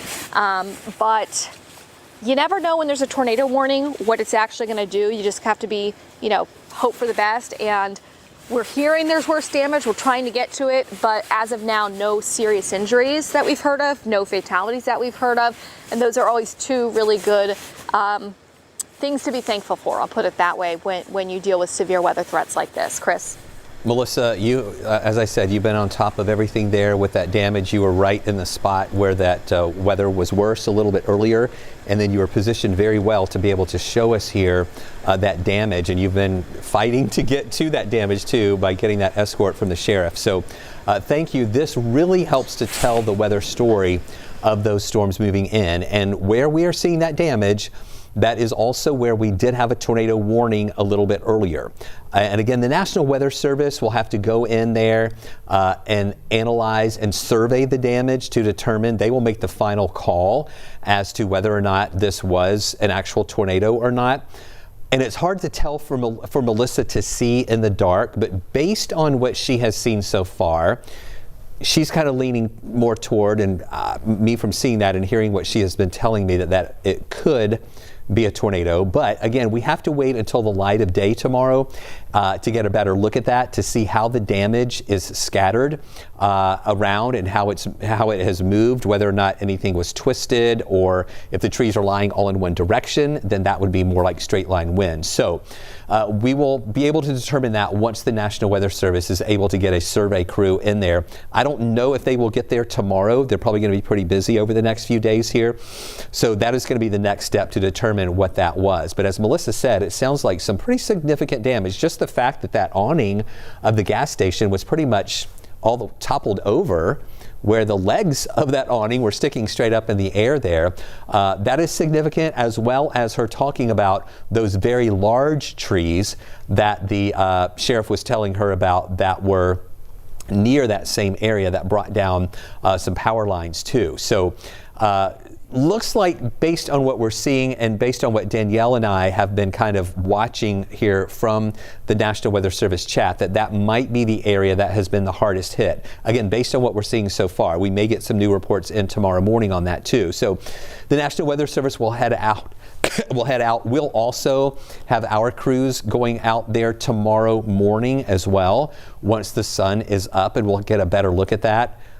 Putting drones up. The National Weather Service and the emergency managers will also be getting a better view of that too, and will determine exactly what it was that moved through. Again, that area did have a tornado warning there in effect. Right now, we just got to 245 that we're going to see here. There it goes. It just disappeared. I was going to tell you here at 245 that a warning there for Thomaston, the severe thunderstorm warning, would be expiring. It just did. You just saw that yellow polygon disappear. The only thing active we have out there right now is this flood warning that is in those areas of Harris County and Muskogee County, moving down to the south of Columbus too. We've got that flash flood warning that is in effect there. And then also that heavy rain still going through Thomaston, still having some bands of heavy rain that have moved through Atlanta. Over on the east side, we still have this heavy rain here, Rockdale County into areas of East DeKalb, southern Gwinnett County, but no warnings with that or anything. More of that pushing into Athens. And then this is the final bit that's now moving through that heavy rain along 575 in Cherokee County. That's about to move into North Fulton. We have this band in Cobb, pushing down through Douglas County here, moving down toward Coweta, moving into Fayette. All of that is going to continue pushing over to the east, and then we'll see some improvements. Everybody will feel better about going to sleep tonight. Still, these in North Georgia, though, have some heavy rain pushing from the northern parts of Cobb through Cherokee, North Fulton. See this going into Dawson County, Gilmer County, coming out of that into Fannin County. That's going to move into, here's White County over here. There's Lumpkin. Also up to the north in Union and Towns counties, still seeing some of those bands of heavy rain move through, but that's the last bit. After that gets out of here, it's going to be a lot easier to sleep tonight, and then we're setting up for a pretty nice day tomorrow as any of this leftover rain is going to be exiting, moving to the east. Now, we're talking about the improvements here in the metro area, but folks to the east of us are still dealing with the rain and some wind. The good news is, though, nothing has been severe. Now, we do have we were talking about this a few moments ago, a new tornado watch that has been issued. Some of these counties, around Atlanta, so there are really two tornado watches. One of them is this little batch of counties right here, including Rockdale, Gwinnett, DeKalb, Henry County, moving down into Meriwether County. That was the original watch that we had set to expire at 4. So those counties are still going to expire at 4 o'clock this morning. But the rest of West Georgia and the rest of North Georgia is no longer in any type of tornado watch. Good news. What's happening is the rain that has already moved through, working over the atmosphere, kind of stabilizing things a little bit, the environment not as conducive for severe storms. But the National Weather Service and SPC did issue a new watch here from Athens, Macon, including Butts County, over into Jasper County, also Newton County. That line over to the east toward Augusta, where there is that new tornado watch that is in effect, that is going to be in effect until 10. Now, I'll be really surprised if that watch goes all the way until 10 o'clock in the morning, because these storms are going to be out of here well before 10. So I think they'll be canceling. They're going to be taking away more counties out of this as that line of storms continues moving on over to the east. And again, we haven't even seen any warnings in a while, but that's not to say that we won't. It is possible that over on the east side, even though things are calming down a little bit, that we could still see some storms that'll be firing up. Let me show you the forecast track really quick. So we'll walk you through. Again, there's that heaviest bit of rain right now. That will keep moving to the east. Here we are at 5 o'clock in the morning. I think the back edge is going to be pushing away. Still some of that heavier rain, possible Athens, Covington, down toward Thomaston, the back edge around Gainesville. But we will have cleared out of that by then. Once we get to 7 o'clock in the morning, it's all well to the east of Athens, still pushing just to the east of Putnam County there in Eatonton, but moving away, and we're going to see some sunshine returning. Now, some people are going to be cleaning up, though. Even though the rain is gone, they'll be cleaning up from those storms with any damage that has been left behind. But we're seeing some improvements, and even right now, not a lot of crazy weather that is moving through, and then the rest of the day, Sunday, is actually going to be pretty nice out there. So things are looking better. We're seeing some improvements, and we hope to see that continuing here going through the next few hours. I want to get over to Danielle Moss. She has been kind of keeping an eye on our National Weather Service chat, where we have been seeing some damage reports that are coming in. And Danielle, we're to the mercy of the emergency managers who are able to give those reports to the National Weather Service. So there may be some damage out there that we just don't know about yet, but you've got some of the pictures of that damage coming in. Exactly. And, you know, as we wait on daylight to start tomorrow morning, that will give us a better picture of exactly what we're looking at. This is another look at what's happening in Paulding County, what Melissa sent in. That's a better, clearer picture of what's going on at that gas station. You can see those legs are up in the air. They're not supposed to be like that. That's what's holding it up. It's kind of where you go into your gas station stall and you can select your pump number, and those numbers are upside down tonight, and that is happening in Paulding County. We also saw some pretty gnarly lightning earlier today as well. This was ahead of the storm. So this is in Ball Ground, sent in by David Wentworth Jr. in our 11Alive Weather Impact Facebook group, and you can see how strong that lightning strike is. And we've been seeing multiple lightning strikes here, and this has kind of been the weather story for us. We've had really strong lightning, plenty of lightning strikes that we've been tracking. We've also had really heavy rainfall. We've had flash flood warnings. We've had high winds, multiple trees down, and that's just the name of the game for us this evening. Unfortunately, we're not quite done with the severe weather threat right now, but things are shifting. And like Chris was saying, we also have our new updated tornado watch. So that has been improved as well. Some counties have been trimmed back. A lot of our counties have been trimmed back. Others have been added until 10 a.m. Some of this are going to see this expire before that time frame, but it's still very alarming to know that there's still a tornado watch. And some of these storms are still on the stronger side. In fact, some of the storms that are not quite in our viewing area per se are still packing a powerful punch as they are developing. Some of them still meet the criteria for severe thunderstorm warnings. In fact, I was keeping my eye on a severe thunderstorm warning in Upson County, and that had some nice bounce to the camera. That's actually on Max 3. If we could take that, that's just a look into Upson County tonight.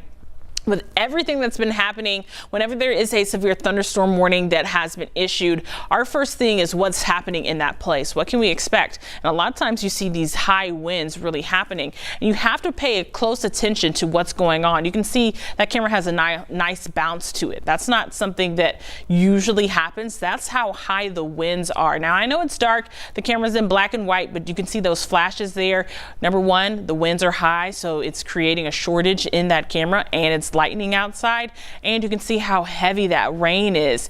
And also there's a few pockets of ponding. So if you're going anywhere in the next few hours, it is very important that you make sure that you are prepared in case you run into some ponding on the roadways. You don't want to get your car carried away, and you definitely don't want to stall out or hydroplane.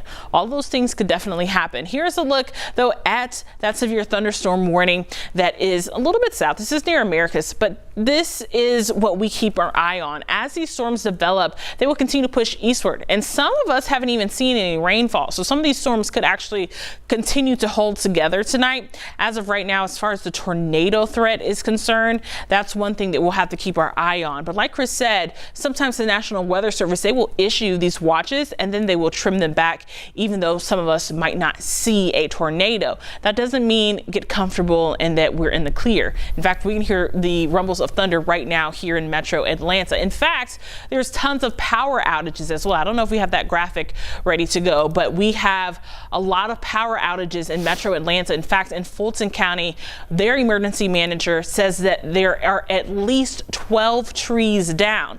Because of that, we're seeing 19,000 customers without power. In Paulding County, as you saw with Melissa, 14,000 customers are without power. In Fannin County, that was our first tornado warning this evening. Now those people are up there with 6,000, almost 7,000 customers without power. And in Cobb County, I'm sure that is very close to where Cobb and Paulding meet.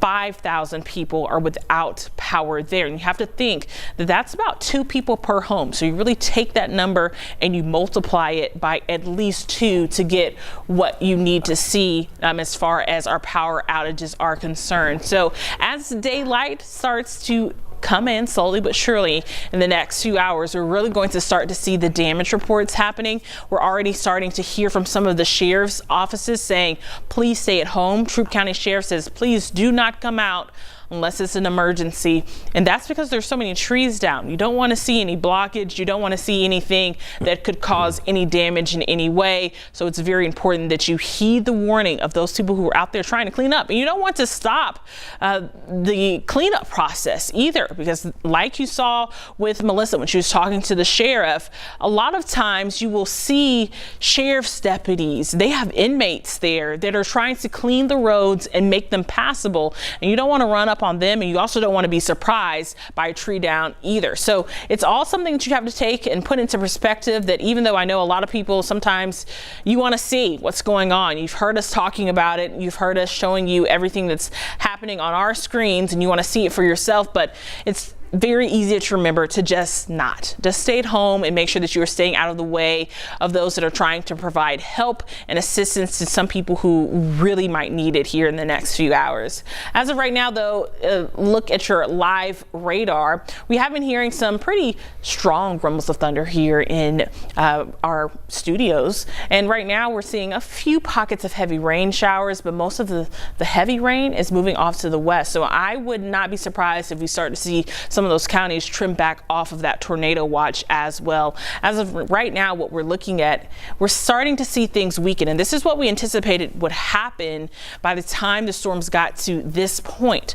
We start to see things weaken, but that doesn't mean let your guard down just yet. Some of these storms still could have some high winds mixed in there, Chris. Thank you, Danielle, so much for that report. And we're watching, you had mentioned the lightning. I want to put the lightning data on here. We'll do a query on that as well, so you can see how many lightning strikes we have. The first thing I want to do is kind of show the amount of lightning north of I-20 and over to the east of us. A lot of that is over toward the Athens area right now. There are about 48 lightning strikes there, all right? Now I want to show you what we have south of I-20, where it's a little more impressive with those lightning strikes that are south of I-20. And so I'll go over here to West Georgia, scroll all the way down to south of Macon, and on over closer to the Augusta area. So about 149 lightning strikes there. So a little bit more of that lightning is over to the east of us. I'm going to set one of our cameras here to our Athens tower cam. If I didn't lose my cameras, I may have. Oh, here we go. I'm going to set 58 on our Athens tower cam so that you can look at what we're seeing there in Athens. We're still getting some lightning strikes there.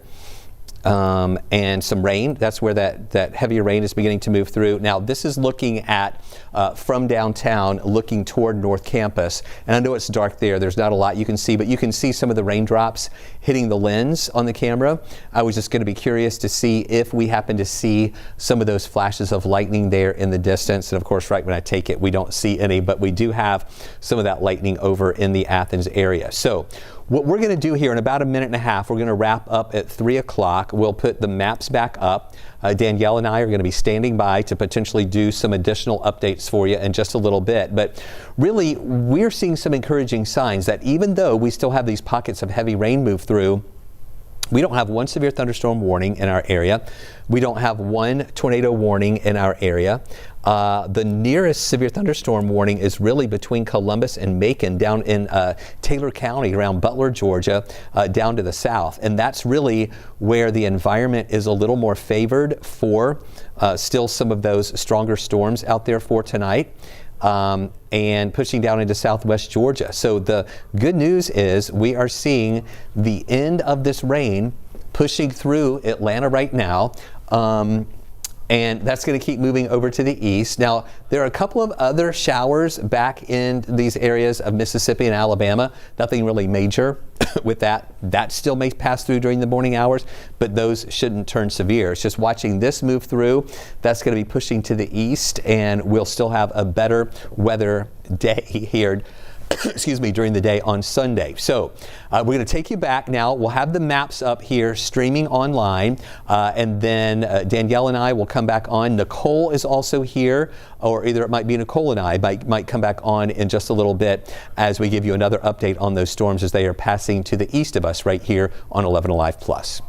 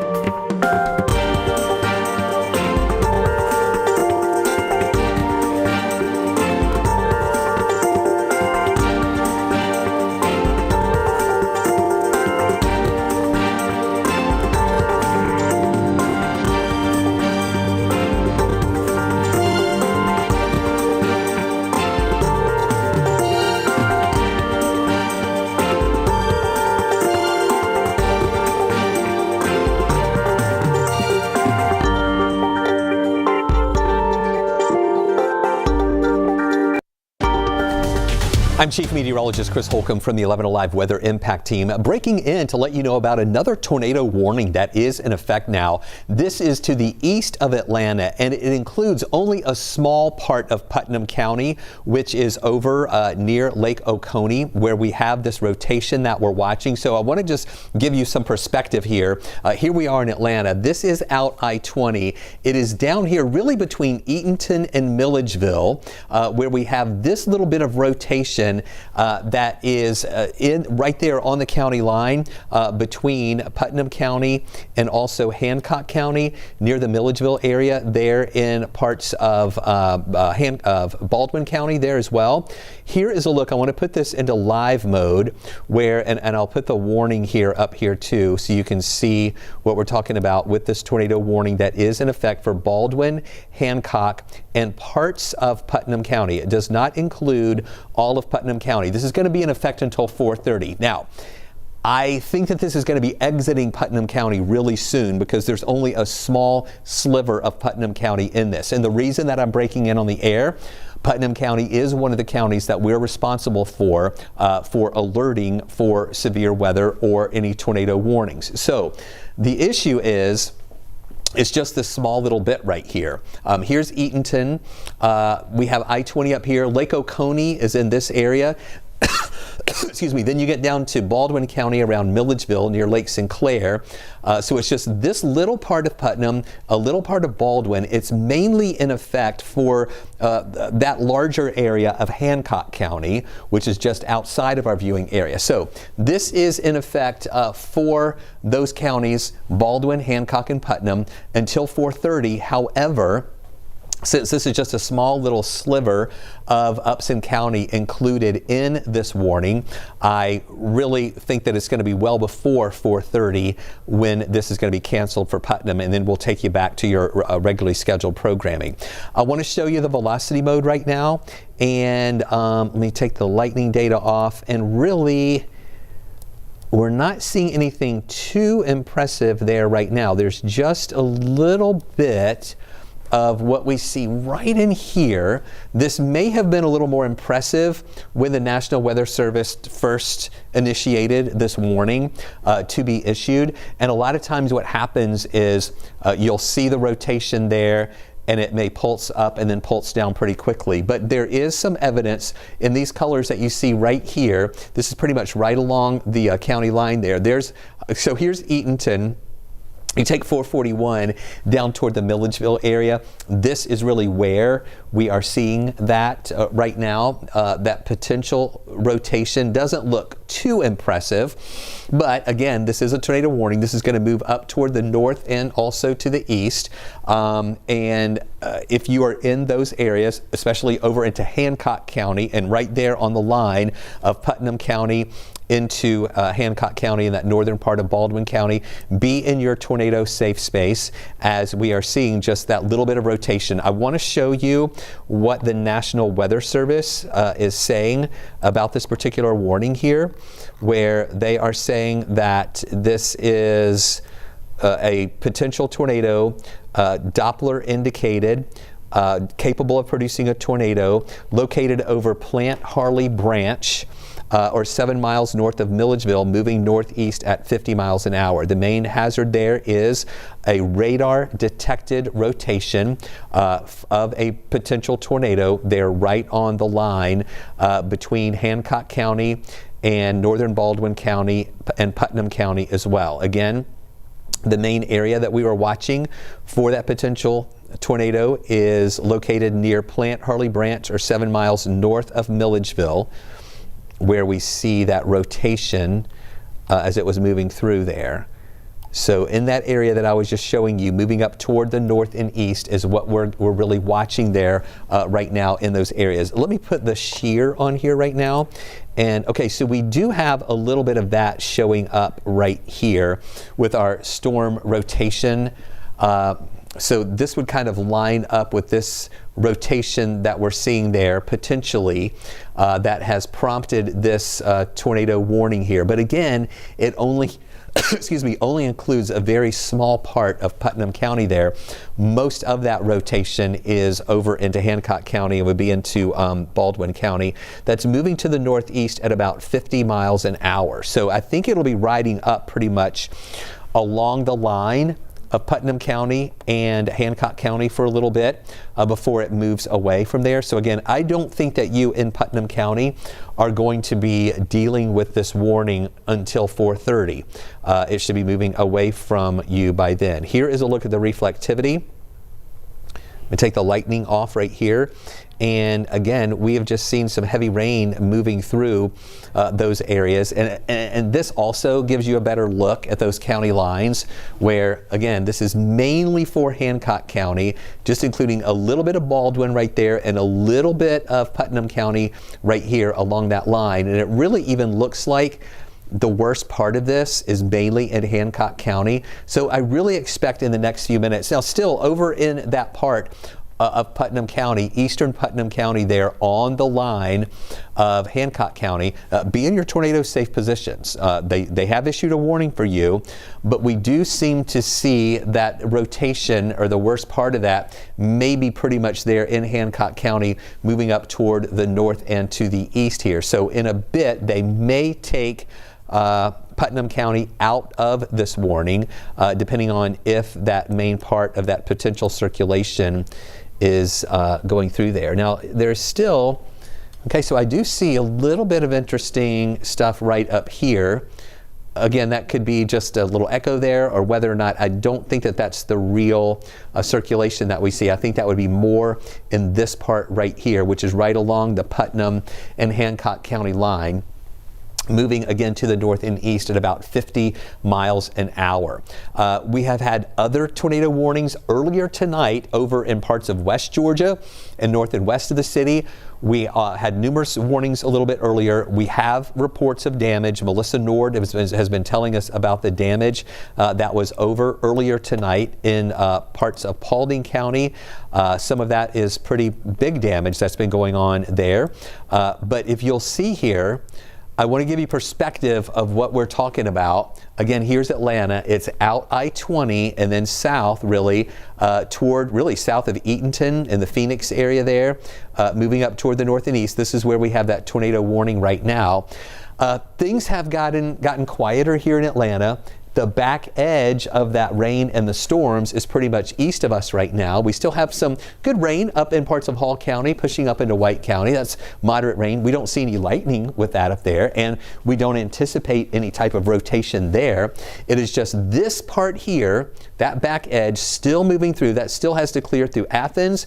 We still have to get this through these areas of not only Putnam County, but also Morgan County over to Greene County. Once this clears, it will be out of our viewing area. Get this past Jasper, Putnam County, and then the rest of us will be in the all clear for the rest of the overnight hours. It's just still watching these spots over in East Georgia where we have still that rain moving through, and then obviously there is still the potential there for some rotation like what we are seeing and what the National Weather Service has been seeing over in parts of Putnam County, right on the line there at Hancock County, where we have that potential rotation that is moving through. Let me just make sure that I'm not getting any new information here on this warning.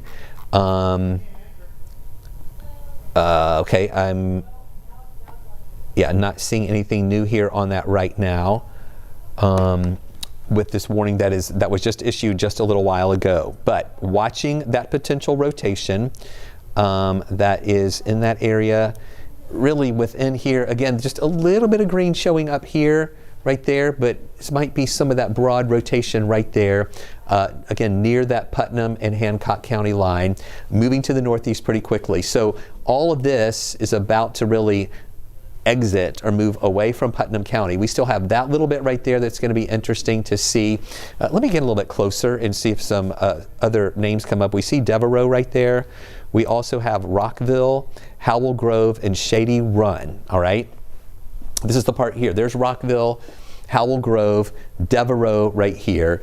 This is now pretty much to the east of Pea Ridge, also to the east of 441. That's the road that goes from Eatonton down toward Milledgeville.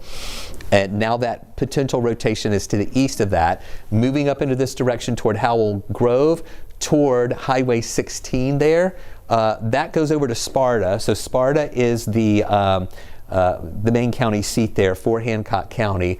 So that Highway 16 goes here, and then let me widen out so you can see a little bit better here, those areas. I wanted to get a closer look at that potential rotation there.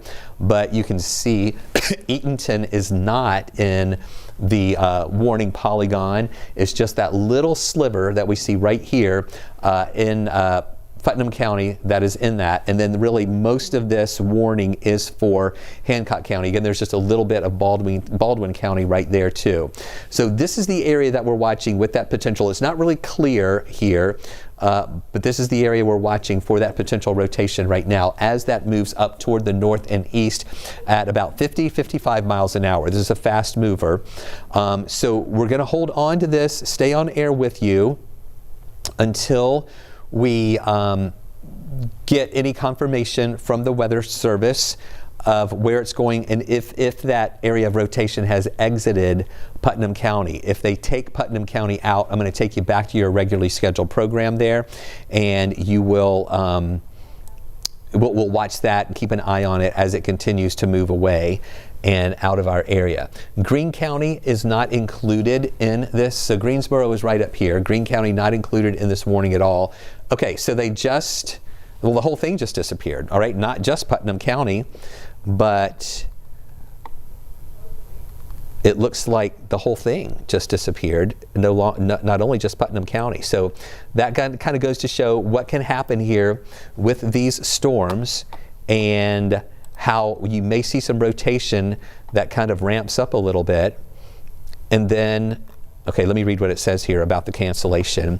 The tornado warning for north central Baldwin, southeastern Putnam, and Hancock counties has been canceled. The storm which prompted the warning has weakened below severe limits and no longer appears capable of producing a tornado. Therefore, the warning has been canceled. So, all right. That was a quick one. There was a brief spin up most likely there that prompted this warning, but now there is no danger of any rotation there at all. So that tornado warning has been canceled, not only for Putnam County, but also for Hancock County and Baldwin County. It has been canceled. Let's go back though to show you guys what's happening, and then we're going to take you back to programming here. We're watching the back edge of these storms moving to the east of us. Also northeast Georgia, those are moving out. They're not severe. We're watching this from Athens down to the south. This is going to be clearing our county viewing area once this gets past Putnam County and once this gets past the Athens area, and all of us will have the all clear to sleep. In fact, here in Atlanta, we're out of it now. No more concerns about severe weather. We're just keeping an eye on those counties that we are responsible for over on the east side. So I'm going to take you back to your regularly scheduled programming here, and we'll keep an eye on these storms. Nicole Hartford and I are here. We're still watching these. We will break into programming if any additional tornado warnings are issued. I'm not feeling like we'll see any more of those, but we're here just in case. So keep it right here on 11 Alive and the 11 Alive Weather Impact Team.